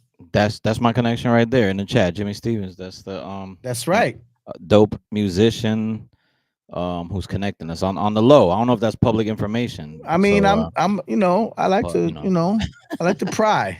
I'm a journalist. But that's fam. Yesterday, that's Jimmy and them are fam. So and and I had the pleasure of meeting him. He said nope. He said, nope, it's not. I had the pleasure of meeting him recently too. And there's a connection. All we know is there's a connection. We didn't there's spill no beans. That's what I'm saying. Yeah. Jimmy, that's fam. And I had the pleasure of meeting the whole crew, but meeting Doodlebug and the whole crew. Now, and all the thing I was gonna say was you were mentioning the awards. It wasn't an award show, but it was the Grammys presents, Grammys salutes 50 years of hip hop. And we were watching it. We were watching it together last night. We were. And Jimmy popped in there too. So I was like, yo, when I seen that very segment right there with the Native Tongues crew.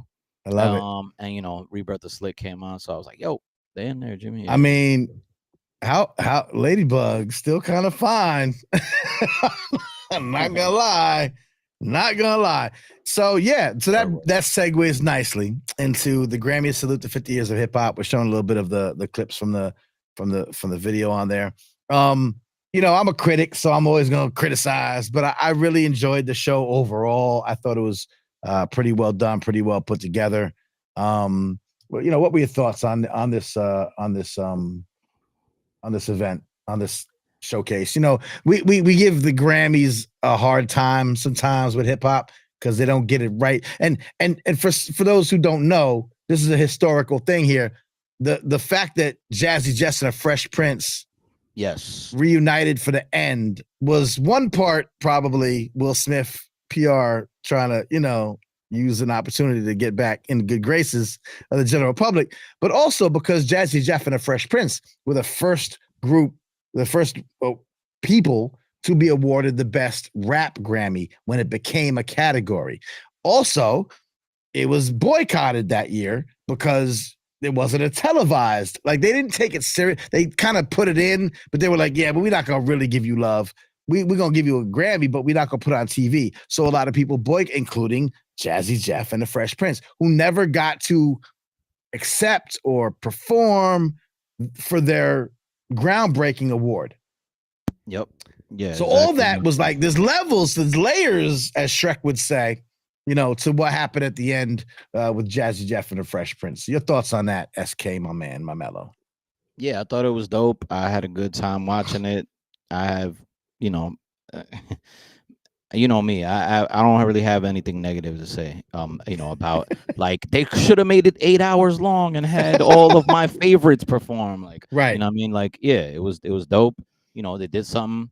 It was cool. They had a bunch of greats. They had a bunch of newer acts and stuff like that. I love the Native Tongues extended fam Native Tongues performance.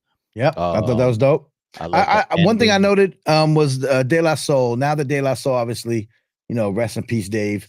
But because De La Soul and the Native Tongues are such a collective and a collective bond they have artistically, I think this doesn't get like noticed as much. But every time I've seen De La Soul perform, and they have performed since his passing, they've always had someone fill in like as like singing his verses and doing his thing, and it's always been a friend. You know what I mean? It's like it's been Common or it's been. That's the one they didn't do this time, actually, but they normally good do. point. Yeah, but I was just amped they did the joint with Common from the what was it, State of that's High a album? good I point. forget, but yeah. Yeah. But you're right. They had Quali, they had Common, they had different people. Quality, yeah, that's how they do. Yeah, on different. Black Thought, I think. Yeah, people doing Days Parch, which is dope. I agree.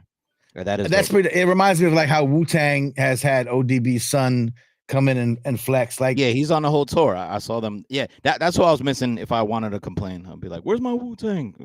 That's true. Last night. What I said was, I thought this was a good compliment to the Yankee Stadium mass appeal, big concert that they had, because they had sort of like a different audience, a different lineup, right? So you had some of the artists you didn't see there, you might have seen here. You know what I mean? And vice versa. So I think if you take them two collectively, and I think the Grammys, obviously, as you said, you can't make it 8 hours long. You have to select something. You know what I mean? Yeah, for any of these shows, and obviously, it's the 50th or the 50th ish or whatever. Like, the acknowledged 50th. So there's a lot of added programming and stuff like that. AJ Rock is in the chat. Yeah. Where did you grow up? I'm from Westbury, so us Long Islanders. I'm Westbury. I just wanted to curious where you grew up, and he mentioned that he went to Island Drafting Technical. It's in Amityville with Dave from De La. And another dope moment I liked was, of course they had the West, the down south. Like, for me personally, some of the highlights were the native tongues plus the lyricist one where it was Kane and Rakim, and Black Thought. I thought that was dope. What else? And the end part, like you said, I thought that was definitely a dope closer. Which is and the significance of it. Jazzy Jeff and Fresh. The significance of it was dope. Just to touch on your lyricist part, I mean, if you had to ask me like who are my top 3 lyricists of all time, that might be my top 3 lyricists of all time. You know what I mean? Like, or my top 3, like, we were talking earlier in the Yonkers discussion, like Rakim is my number 1. Like, if you were in my top 5 dead or alive, right? Ra's always my number 1, Kane's always my number 2. The 3 through 5 may vary on how I feel that day. Yeah. But Black Thought's been inching into that area. But if we give criteria to it and we say lyricist, Black Thought absolutely 100% should have been on that thing. Therein lies, and I will critique, I know you have nothing negative to say. Oh yeah, and Public Enemy too, that was dope. But yeah, what are you gonna say? Oh, Public Enemy was super dope to see them rock together again, because again, they don't always perform together, right? So to see like a perform like Jazzy Jeff and the Fresh Prince together, that was pretty dope. This was my one takeaway, and I shout out to my man Radar Ellis, who had some good commentary on Facebook about how he felt about everything, and there were some things that could have been better or could have been worse. And you're right, we can all critique, but you have only so much time. I think Questlove was the one who kind of engineered this whole thing, and I think overall, fantastic job. If you want to celebrate the 50 years of rap music, although here are my 2 things. One, you could have had a little bit more. You could have had. Probably should have had a little bit more of the kind of pioneers and old school folk, right? It would have been nice to see a quick set with the Grandmaster Cazes and the, Furious Fives, like, you know what I mean? Like that kind of set, just to, you know what I mean? Like foundational shit. I think, I see Natalie in the chat too. I was going to say, the ladies first, and they put them up first. I mean, I thought that was cool too. Yeah. Okay, my man AJ was like, living in CI, who the hell am I? Well, I'm, I feel you on that. That's what's up. Okay. And it's the Grammys. So I'm like, it's recorded in Academy. You know what I mean? I get it. I imagine it to be, a certain thing. They did I thought a decent job or a good job of putting in representation through the different decades and the different regions and stuff like that. Yep, I think they did a good job. I would have liked to see a little tail end in the beginning to more of the OG pioneers, like I said, but I get it, but I don't get it. Like, we always, I said earlier today, like Jay-Z was like, I'm overcharging them for what they did to the Cold Crush.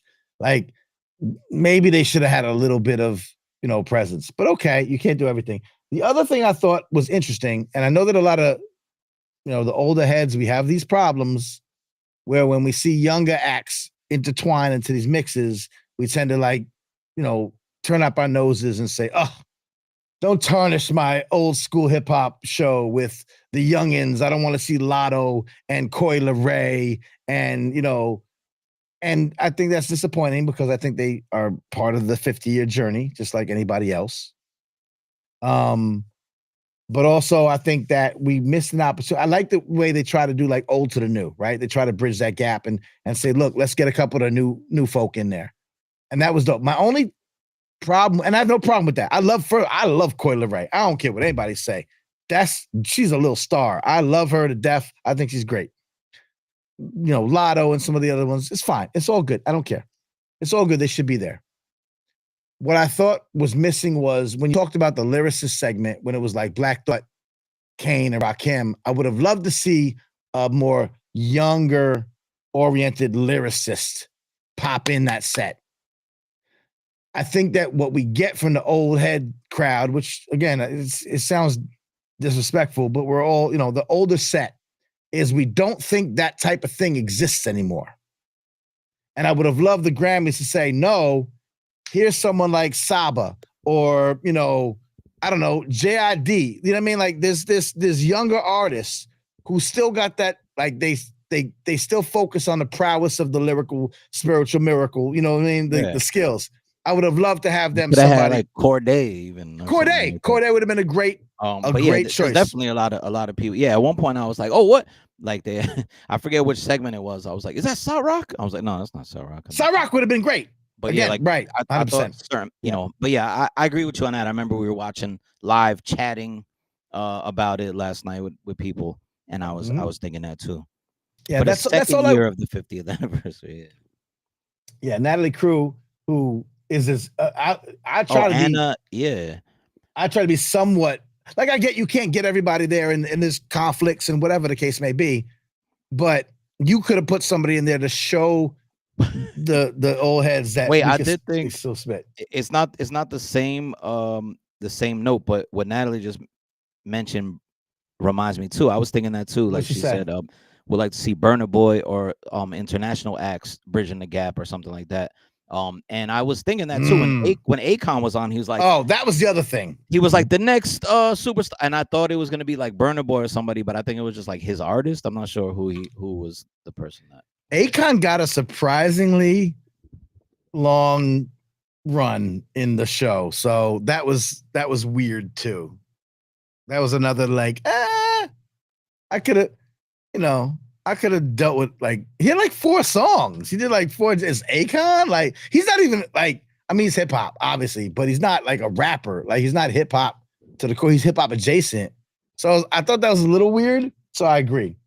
I mean Jimmy, look, you know the Soul Rebel should have been there. I mean I would have loved to see examples of hip hop, you know, from a live bit. The band called Fuse should have been, but whatever. But you know what I'm saying? Like to show a little bit of the expansiveness. That's where I think these things lack. Like, are we trying to just run down the history, or are we trying to like show that there's like a continuous evolving fluid culture here? I don't know. I don't know what they're trying to do. I think they were just acknowledging hip hop music, the rapping portion and the DJing portion of hip hop in a Grammys 50th anniversary thing. To your point, DJs weren't really like. I mean, we didn't have recorded music. The Recording Academy. Yeah. I get it, but I'm saying like we didn't have it like the down south, you had different regions, but you didn't have like. Let's highlight the DJs or the producers. Yeah, not highlighted. Yeah. Not like really highlighted. They had, you know, they would mention and have DJs doing part of the sets and all that. You know what I mean? True. Yep. But yeah. So I get it's the Grammys. You know, they got to do what they got to do. But, you know, with Questlove behind it, you would have hoped that he would have squeezed some things in. That being said, I'm being very critical. I'm finding reasons to nitpick for sure. I do think it's important, though, that when we have these giant platforms, that we find a way to make sure that we want to tell a little bit of a story of moving forward. My biggest thing with Hip Hop 50 is that everything has been so, you know, backwards looking and so nostalgic. And I feel that people, I see it. I'm not making this up. It's not just me. I see people say, I wish it was like how it was, or I look back and yeah, that's what I love, but too bad we don't have this, that, and the third today. And you know, that that just bothers me to my core. SK, what you do as an artist today still exists. Like, we talked to B-Boy London, and he's like, no, we've seen B-boys and B-girls and kids do at the breaking championships. They still exist. It's so hard to see that when we have these giant platforms that everyone's going to be tuned in for, we take over an entire network for 2 hours. You know, we bumped all the shows Sunday night right after football and after 60 Minutes, which I was watching. I always watch 60 Minutes. I'm a nerd. And it's like, let's just give people the impression that it's not just 50 years and we're done. And so I look for opportunities to do that. And they did a little bit of that with the Lottos and the Coil Rays and stuff. But I don't think it gave the older set the feeling that I know when I look at hip hop and say, oh my God, we have so much more to go. And I get a little disappointed by that. But that's just me. Yeah, I feel you. Yep. So, but overall, I thought it was a great show. I loved seeing who I saw. We could say who was missing, but there was nothing wrong. I thought the audio was good. You know, some of these award shows, it's all kerflunked in the eardrums. We were rocking, and it was all good. Eardrums, yeah. Yeah. I feels you. The Grant, say J Rock says Black West, being the Grammys, I can't complain. They never represented really before. Right. We're getting things now. And again, this is always my big thing. We getting all this hip hop 50, but are we gonna get hip hop 51? That's what I want to see what happens. You know. There was dancers. Nat Crew brings up a good I'm so diplomatic, and Natalie Crew is like, remember that Key and Peele sketch when Barack Obama had the translator, like the street translator? Like, I try to be diplomatic, and Natalie Crew is like my inner self. Like, she don't hold back, and she's been saying what I'm trying to say, but I'm trying to say it nicely. Natalie Crew is one of my favorite people in the world. But you're right. There wasn't, like, the culture wasn't being shown. There were dancers. Luther, yeah. Sorry. I did say there was, a bunch of dancers, and that was cool. Even like, there was a lot of dance, and I like to see that. We don't see that as much these days. So, yeah, true. I remember you saying that last night too. Yeah, true. Anyway, hey, I enjoyed the show as always, Manny. I gotta bow out. Yeah, rock out. You got to get out of here. Thank you for rocking with me, my friend. Anything you want to tell the peoples about what you're doing or what you got or where they could tune in and pay attention? I mean, if I must, I'm on Twitch these days. Silent Night is busy. Silent Night is busy. Silent Night with a K, Silent Knight is busy. Silent Knight is busy on Twitch and Instagram. You can follow me there too, but follow me on Twitch if you're over there, or make a Twitch account and follow me over there. And yeah, it's always a pleasure. It's always a pleasure. Yeah. I appreciate you, man. You're my brother for life. Love you to death, and we'll talk again soon. Yes, sir. All right, man. Hit me up tomorrow. Peace. I'm gonna close it out soon anyway, but stick with me, y'all. Y'all still up, so I'm still up. Like, why not? Let's go. So Jimmy Stevens brings up the fact that LL wasn't. This was interesting because LL obviously hosted this thing. LL has a great platform now, the Rock the Bells platform. Rock the Bells Radio on Sirius XM satellite. If you're not familiar, you can definitely check out LL's work on Sirius satellite. He's also the Force tour, right? Did a nationwide tour featuring a lot of super dope artists. So okay, and again, I'm saying a bunch of things, but also like Andrew says, where was Lil Wayne? Right, but Lil Wayne was at the Yankee Stadium joint that you were at, Andrew. So like, I get like where you might want to not like, you want to kind of highlight who wasn't at the other show, and Nas and Wu-Tang just did a big tour. So, they were big and they were on Amazon. So I get why they might not have had everybody on this show, and it's the Grammys. So, they're going to make questionable decisions, or people are going to also say, I don't mess with the Grammys. Thank you, Questlove, for inviting me, but I don't mess with the Grammys. So sorry, nah. So Questlove might have had it right in mind. So I don't know. I forget what I was saying before. Dang it. Anyway, right.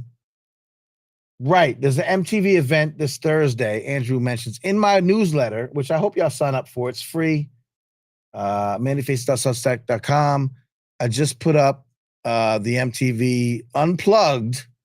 Is that what we're talking about? Yeah. This MTV Unplugged. Y'all remember MTV Unplugged, right? That was a dope show. And they are coming back.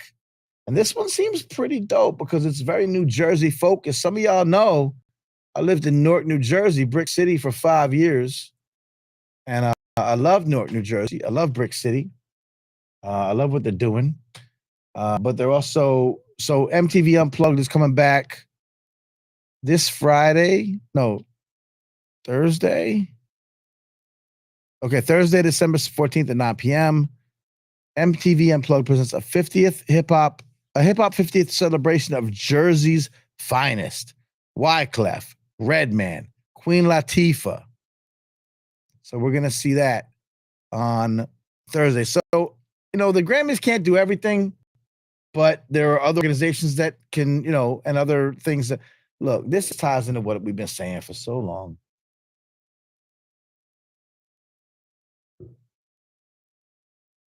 LL, first hip hop to do Unplugged. Is that true? Jimmy Stevens said LL was the first hip hop to do Unplugged. Interesting. I know Jay-Z did a good Unplugged. I thought that was pretty dope. I think Lauren did a Unplugged, but might have been the first one. This just goes up. Thank you, AJ. I appreciate you, man. I really do. It's someone I know for a long time and look up to, so I appreciate you jumping in and helping out the cause. I appreciate you. This is something that we've been talking about for a long time when it comes to hip hop. What I'm saying right now, I had to watch the Yankee Stadium. I was on the road. I was doing a talk somewhere, and I remember Mrs. Faces hit me and was like, I'm watching the Yankee Stadium, hip hop 50 thing with Nas and Mass Appeal. And I'm like, oh, I'm in a hotel room in DC. I was at Howard University. Shouts to Professor Sia Clark at Howard. I was up there for a conference. I did a talk. I did a session. I moderated a panel. And I'm at Howard, but I'm in the hotel room. And she's like, oh, the Yankee Stadium thing, and I'm like, oh, snap. So how are you watching that? So I'm watching on YouTube. So I go to YouTube and I'm watching it. I cast it to the TV because this is a very high-tech hotel room. It was small. It was like super small, but it was high-tech. Like you had a little iPad and you can close the curtains with your iPad and you can change the lights. Like I don't even have my lights on tonight. I messed up tonight. I'll be forgetting because I'm trying to cut down my electrical bills. But I do have Bluetooth on. But you could control the lights, and it was like, you want your shower to be purple, then we can make your shower purple. There go my lights. Look, I'm gonna do it just now for effect. I'm trying to show off a little bit. Look, I want my shower to be come on, purple. I can make my shower purple. Why not? So I watched the Yankee Stadium thing, and I sat there in the hotel room in Washington. I love Washington, D.C. I love going out and exploring. I love being in the mix. I sat there and I watched the whole concert. I'm on the phone with my wife, and we're watching it together, even though we're not home. That's cute. That's love. I love it. So we're rocking that. That was a great show, but there were a lot of people missing. So boom, I watched Grammy 50 tribute. Okay, now I'm watching. Oh, it's a whole lot of people that weren't on that stage, but I'm watching it and I'm getting that hip hop fix, right? I'm getting my native tongues. I'm getting my West Coast. I'm getting my ladies first, right? Even though performative, it is a little bit. Again, that's a chance. Ladies first. Where was Rhapsody? Where was Rock? I get it. I understand. Whatever. But okay, we love Light. We love Moni. I love Moni Love. I got a little long time crush. So it can't do no wrong on my book, even though the weird hat is fine. Anyway, I digress. So what I'm saying is we saw a well-produced show that was different from the Yankee Stadium show. I also watched Nas and Wu-Tang on Amazon Prime. And that was dope. And there were songs they did together, and Wu-Tang was in full effect, and Nas was dope. That was dope. and like anything like smaller that might have came out. I watched a documentary. I told you tonight about the documentary about the mixtape, but I recently watched a documentary on Little Brother, which is on, I forget which streaming platform, but there's a documentary. It's called May the Lord Watch something, whatever. Look up Little Brother documentary. It was dope. There's a documentary I haven't seen yet about Drez from Black Sheep. I watched the Bismarck E documentary this year. There's a lot of films and stuff that's showing different parts of the sort of history and nostalgia and back, looking back of hip hop. So I've seen it all. But I had to go to all those different places to find those things. That's what I'm trying to talk about when I talk about us as older heads who aren't feeling the way that hip hop exists anymore. And I say all the time, what are you doing to seek out what you like and what you want? We don't get handed to us anymore. If we listen to our kids, the radio stations that we used to listen to when we were young, it's not going to be our vibe. It's not supposed to be our vibe. When my dad, who was a jazz and blues connoisseur, who brought me up, jazz, blues, B.B. King, Bo Diddley, Count Basie, you know what I mean? When I realized that he wasn't getting that kind of jazz and blues from CBS 101.9 or whatever, because Kenny G was making jazz. Now, he said, I'm not listening to radio anymore. I'm going to find my sources. And he kept digging in the crates, essentially, my dad, and taught me that when you get to a certain age and they commodify the music and the culture that you love, go find the people who are still doing it the way you want it to be done. If you're not doing that, but you're complaining on Facebook, or you're complaining that during this entire 2-hour Grammys thing, they had the nerve to throw on some young artists, you're not trying. You're not putting in that effort. You're not. And so who's harming what at this point? So what I'm saying is I went and I watched that. I could have gone out, Washington, D.C. I'm on the road. I'm out the house. I'm outside. I could be like, yo, Mrs. Faces, there's an after party for the very prestigious event that I was at. I'm out here. I could have done all that. But I said, no, let me watch it. I love hip hop. I want to watch the Yankee Stadium concert on TV, on YouTube for free. It didn't cost me anything.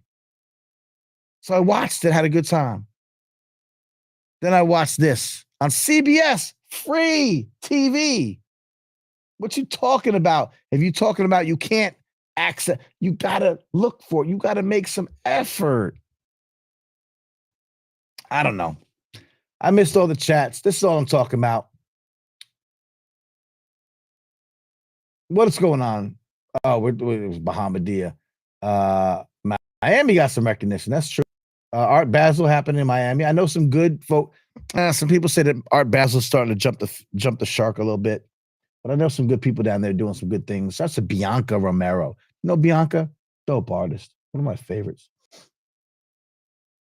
So anyway, that's why it's important, shows like yours, to preserve the culture and educate those who don't know. Thank you. That is a giant compliment. I appreciate you greatly. And I hope that you join us back. We'll be back. Unfortunately, not next Monday. It's the holidays, so we're a little bit shaky. The last month and a half I've been doing this show, I've been trying to say, trying to get it going weekly and see if I could stick to it. It's not about y'all. I would do it every day if I could. And if I was funded, I'm gonna put this up here as a silent, you know what I mean? But if we have the funding and I'm working on it, we're trying to make this thing a real thing. We'll be here every day if you want. If you make this my full-time job, let's go. I'll do this every day. But thank you for those who support. Thanks to our sponsors. Again, you saw them at the beginning of the show. I'm going to have a separate reel just for the sponsors. Andrew Wang, who's checked in tonight. Raphael Travis, Steffi, Brianna C., Nicholas, Jesse, Mark, Toast, and of course, Silent Night. I think I got everybody, who actually do the Patreon. I appreciate y'all. It makes a difference. But the point is that we're gonna keep doing this. I wanted to see if I could do this weekly. There's a few knuckleheads in the hip hop online game that really don't help push the culture forward. They just kind of wallow in the negativity. And they have millions of followers and hundreds of thousands or whatever. And I said, I don't care if it's just 5, 7, 9 tonight. Actually, we had more tonight. We had like a bunch. And people watch on the replay. It's all good. So y'all rocking with me. I will rock with y'all. I promise you that. So, yo, absolutely 100%. So that's the thing. So what I'm leading up to is now that I'm rolling again, and we could do this weekly, and I could have 2 guests tonight because we could do the 9:30 segment and a 10 o'clock segment. I could actually have 2 guests a week. It's a lot more than I've been doing. We're going to turn these things. I'm still kind of by myself. So when I turn, everything you see is me. I don't know if y'all know this. The graphics, the intros, the videos, popping it on the YouTube the next day, all that stuff is me. But I'm working on building the team up. It's that time. We're ready, and I will definitely have folks on every week who can contribute to forward thinking culture. Shouts to Fiona Bloom. You're on my list. Look, I can't even see Fiona Bloom. I didn't get a chance because I'm not doing it tonight, but right here, look, earwax tease.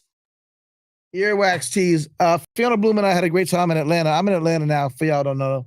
And Fiona was a wonderful publicist and PR representative and has done a lot of great things for the culture over the years. And we are back she's in Atlanta, and I've already been here for a couple of years, and we have teamed up, and we are a powerhouse when it comes to mingling and schmoozing and moving about the public sphere. So in Atlanta, at least, we found amazing things, and I wanted to talk about the Earwax record retrospective. If you're in the Atlanta area, check out the Earwax Records retrospective at Emory Science Gallery in Atlanta. It's a beautiful thing. I'm going to talk about it the next time I'm on.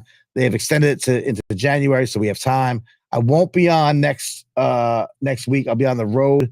Again, I get hired to talk and do professional development for educators and do like keynotes and stuff. And sometimes people pay me to cuddle. But if you don't, that's not true. But if you're up for it, then the next Monday will be Christmas Day. So we might pop in. But I got a special episode I'm recording tomorrow. Hip hop and technology. I got a guy from Google. He tried to make the show tonight, but he's on the road. So I'm going to record it tomorrow, probably drop it Wednesday. So make sure you're subscribed to the YouTube page. That's where we're doing everything. So please, if you're not watching on YouTube, the last thing I'm going to ask you to do tonight, when we're done, go to hiphopcansaveamerica.com/watch. I think most of y'all are on YouTube, right? Yeah. Y'all following directions. Fiona, you're not following directions, but that's fine. You can do no wrong. Fiona, make sure you subscribe on Facebook. You too, Jimmy, if you're gone. Oh, you're gone already. YouTube is a spot because I'm going to be dropping pre-recordeds and bonus content. So go to I mean, I'm just saying, is that a thing on OnlyFans? I don't know. I've heard some things. I don't know anything. Yes, Fiona, yes. Go to YouTube. Go to hiphopcansaveamerica.com/watch. All right. You get off. You don't have to do it right now. Wait till I'm done. And then, no, that's not the right thing. Here you go. Because I'm trying to move everyone over to YouTube. That's going to be kind of like the home base. I'm still broadcasting on the other channels. Yes, for now, because I'm a sucker for attention. That being said, anything y'all got to share with me tonight? Oh, Fiona Bloom, AJ Woodson, AJ Rock is in the building. Y'all know each other. Natalie Crew, I love you so much. Hey, I might do a Wednesday night, like freestyling with Manny Faces, open format. Know that I was going to come on live and y'all kick it with me. And we'll talk about everything that, you want to talk about. That's also on the plan. I'm working on a book. Fiona, shouts out AJ Woodson, exclamation. Y'all on different channels. See, Fiona, if you're on YouTube, y'all can be communicating directly, but you're not. Would I do a professional development for a district? Andrew, yes, I'm doing it already. That's why I'm going to White Plains, quiet as kept. So let's talk offline. If you're an educator or work in a school district, I have a really good professional development for educators, hip hop and technology and STEM and all that stuff. So that's great. We'll talk about that. Check out the documentary Mixtape. It's actually really good. And if you like the mixtape, vibe, then make sure you check out the Mixtape documentary. Make sure you check out the Mixtape Museum. My good friend, my great friend, who I absolutely adore and is the consulting producer for this very podcast. Check out the Mixtape Museum. Just get on their radar, sign up, or send them a message. Or what can I show the screen? That's weird. Oh, I'm stupid. I'm an idiot. Check out the Mixtape Museum. There's a lot to be found there. Shouts to Summer again. Make sure you sign up or contact if you have a mixtape memory or you have mixtapes, physical mixtapes. She's working on digitizing them, creating an archive. Shouts to the graffiti. Natalie says, I will tie your kid's shoes, babysit your 4th grade class, do PD for your grandma's college course. Hire him, pay him. I appreciate it. I'm really trying to make this a thing. I will talk to the kids. I love talking to the adults, but I'll talk to the kids. Graffiti Museum in Miami. That's right. Andrew Wang. They are on my radar. I've talked to them in the past. They'll be back. You don't understand. I'm doing shows weekly and I'm doing them live. So I can do a lot more shows and a lot more people. That's what I'm working on. That's what I've been doing all this setup for the past, 6-8 months. And thank y'all for rocking with me. That's about it. I think we're done for tonight. Anything else? Check my op-ed. Go to mannyfaces.com. And I wrote a great op-ed. They gave me an op-ed in the freaking Atlanta Journal-Constitution, like a real big newspaper. And they gave me that. So I have an op-ed there. Go to mannyfaces.com and read it. It's dope. It's about, I said, basically, music is the least of hip-hop's contributions to humanity. So there's something you could read there. And Andrew, give me that library card, bro. I need that. And last but not least, once again, if you haven't signed up, please sign up for the Substack. With newsletters, subscriptions, I can get sponsors. I can get, if you don't want to give me like money on the Patreon, I could get a couple dollars from folks who want to reach y'all through the newsletter. And we're up to like 1,500 people on the newsletter. That's not insignificant. We're approaching 300 people on the YouTube. That's nice, but it's pretty insignificant. But we're getting there. We are doing a show that, isn't going to appeal to the people who chase the gossip and the, and the salaciousness and the bullshit. But we're doing a show that's important. So, the numbers are what they're going to be. But I can get a free newsletter that I'm going to send out, add you to the list, and you'll get updates when we have them. So, yeah, that's it. Enough, all that stuff. I'll be out next weekend, so I can't do it Monday. I'll be on the road. I'll be in Charlotte. And then the following week is Christmas Day, but night. So we might come on and, have a little Christmas cheer. Folks who don't celebrate Christmas, it's just another Monday, right? So I might be on. And then New Year. Once we get the New Year, I'm cranking. We're rocking every Monday. We got 2 guests a night if I can. I'm working with some people to help me make it happen. So we're here. So anyway, that's about it. Last check of the chats. Andrew Wang's out of here. He's a teacher. Got to be up in the morning. I don't know how y'all teachers do it.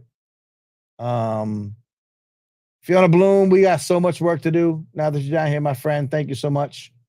You are the best in the business, and I really appreciate what you bring to the table for me personally and for the culture overall. AJ Rock, thank you again, my man.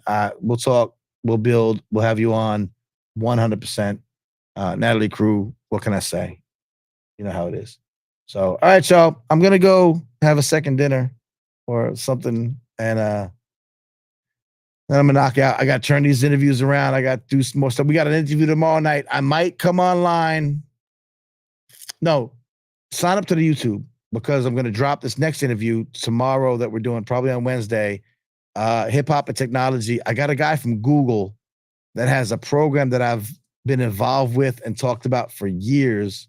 It's super dope. It's how we introduce young people to computer science and programming and technology through hip hop. It's a beautiful program. It's one of my favorite initiatives. And I'm going to talk to the guy that, brought it out, and we've worked together before. He's been on the show before, but I'm going to do it. He couldn't make the live. So we're going to interview tomorrow offline, and then I'm going to pop it up Wednesday. So be sure you're on the YouTube page. hiphopcasaveamerica.com/watch redirects you to my YouTube page. Subscribe, hit that, bell for notifications, and let's keep this thing going. Early January. Can do, brother.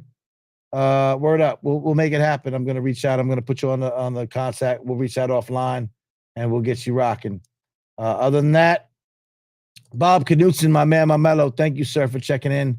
And offline, I want to know how things are going with your political ambitions and things that are happening there. I do want to introduce those who know me very well, know that I produce a show called Uneffing the Republic. It's a progressive political show. We're going to start in the new year. This has been a test run this last, 8 weeks. It's nothing. We want to bring in some political voices. I'm going to say one thing before I go. Last thing. I don't normally big up the Breakfast Club, and I don't really care about, what is seen as hip hop media. But I am progressively political, and a young lady, Representative Jasmine Crockett, she's out of Texas. Yeah, wake that ass up. Was just on the Breakfast Club morning show, like yesterday, today, whatever. I've been following her for a while online. I like what she's doing. I advise you to maybe, if you got some time to kill, the Breakfast Club interview with Representative Jasmine Crockett is worthy of your time, because I like her. I like what she's doing. I like what she's saying. I think some of the questions are asinine. It's the Breakfast Club. It's not Mark Lamont Hill. You know what it is. But check it out. That's the last thing I'm going to say tonight. Representative Jasmine Crockett. If you don't watch her on the Breakfast Club, follow her online. I like what she's doing. Follow Unfucking the Republic on your podcast app, and learn about some progressive politics happening around the world, around the country at least. And we're trying to do the right thing, even though politics is crazy. But that's it. That's my PSA for the night. I'm out of here, y'all. Thank you for rocking with me. Good night, beautiful people, as Natalie Cruz says. Good night, beautiful people. See you, man, you're mellow. Manny faces. I'm out. Peace and love.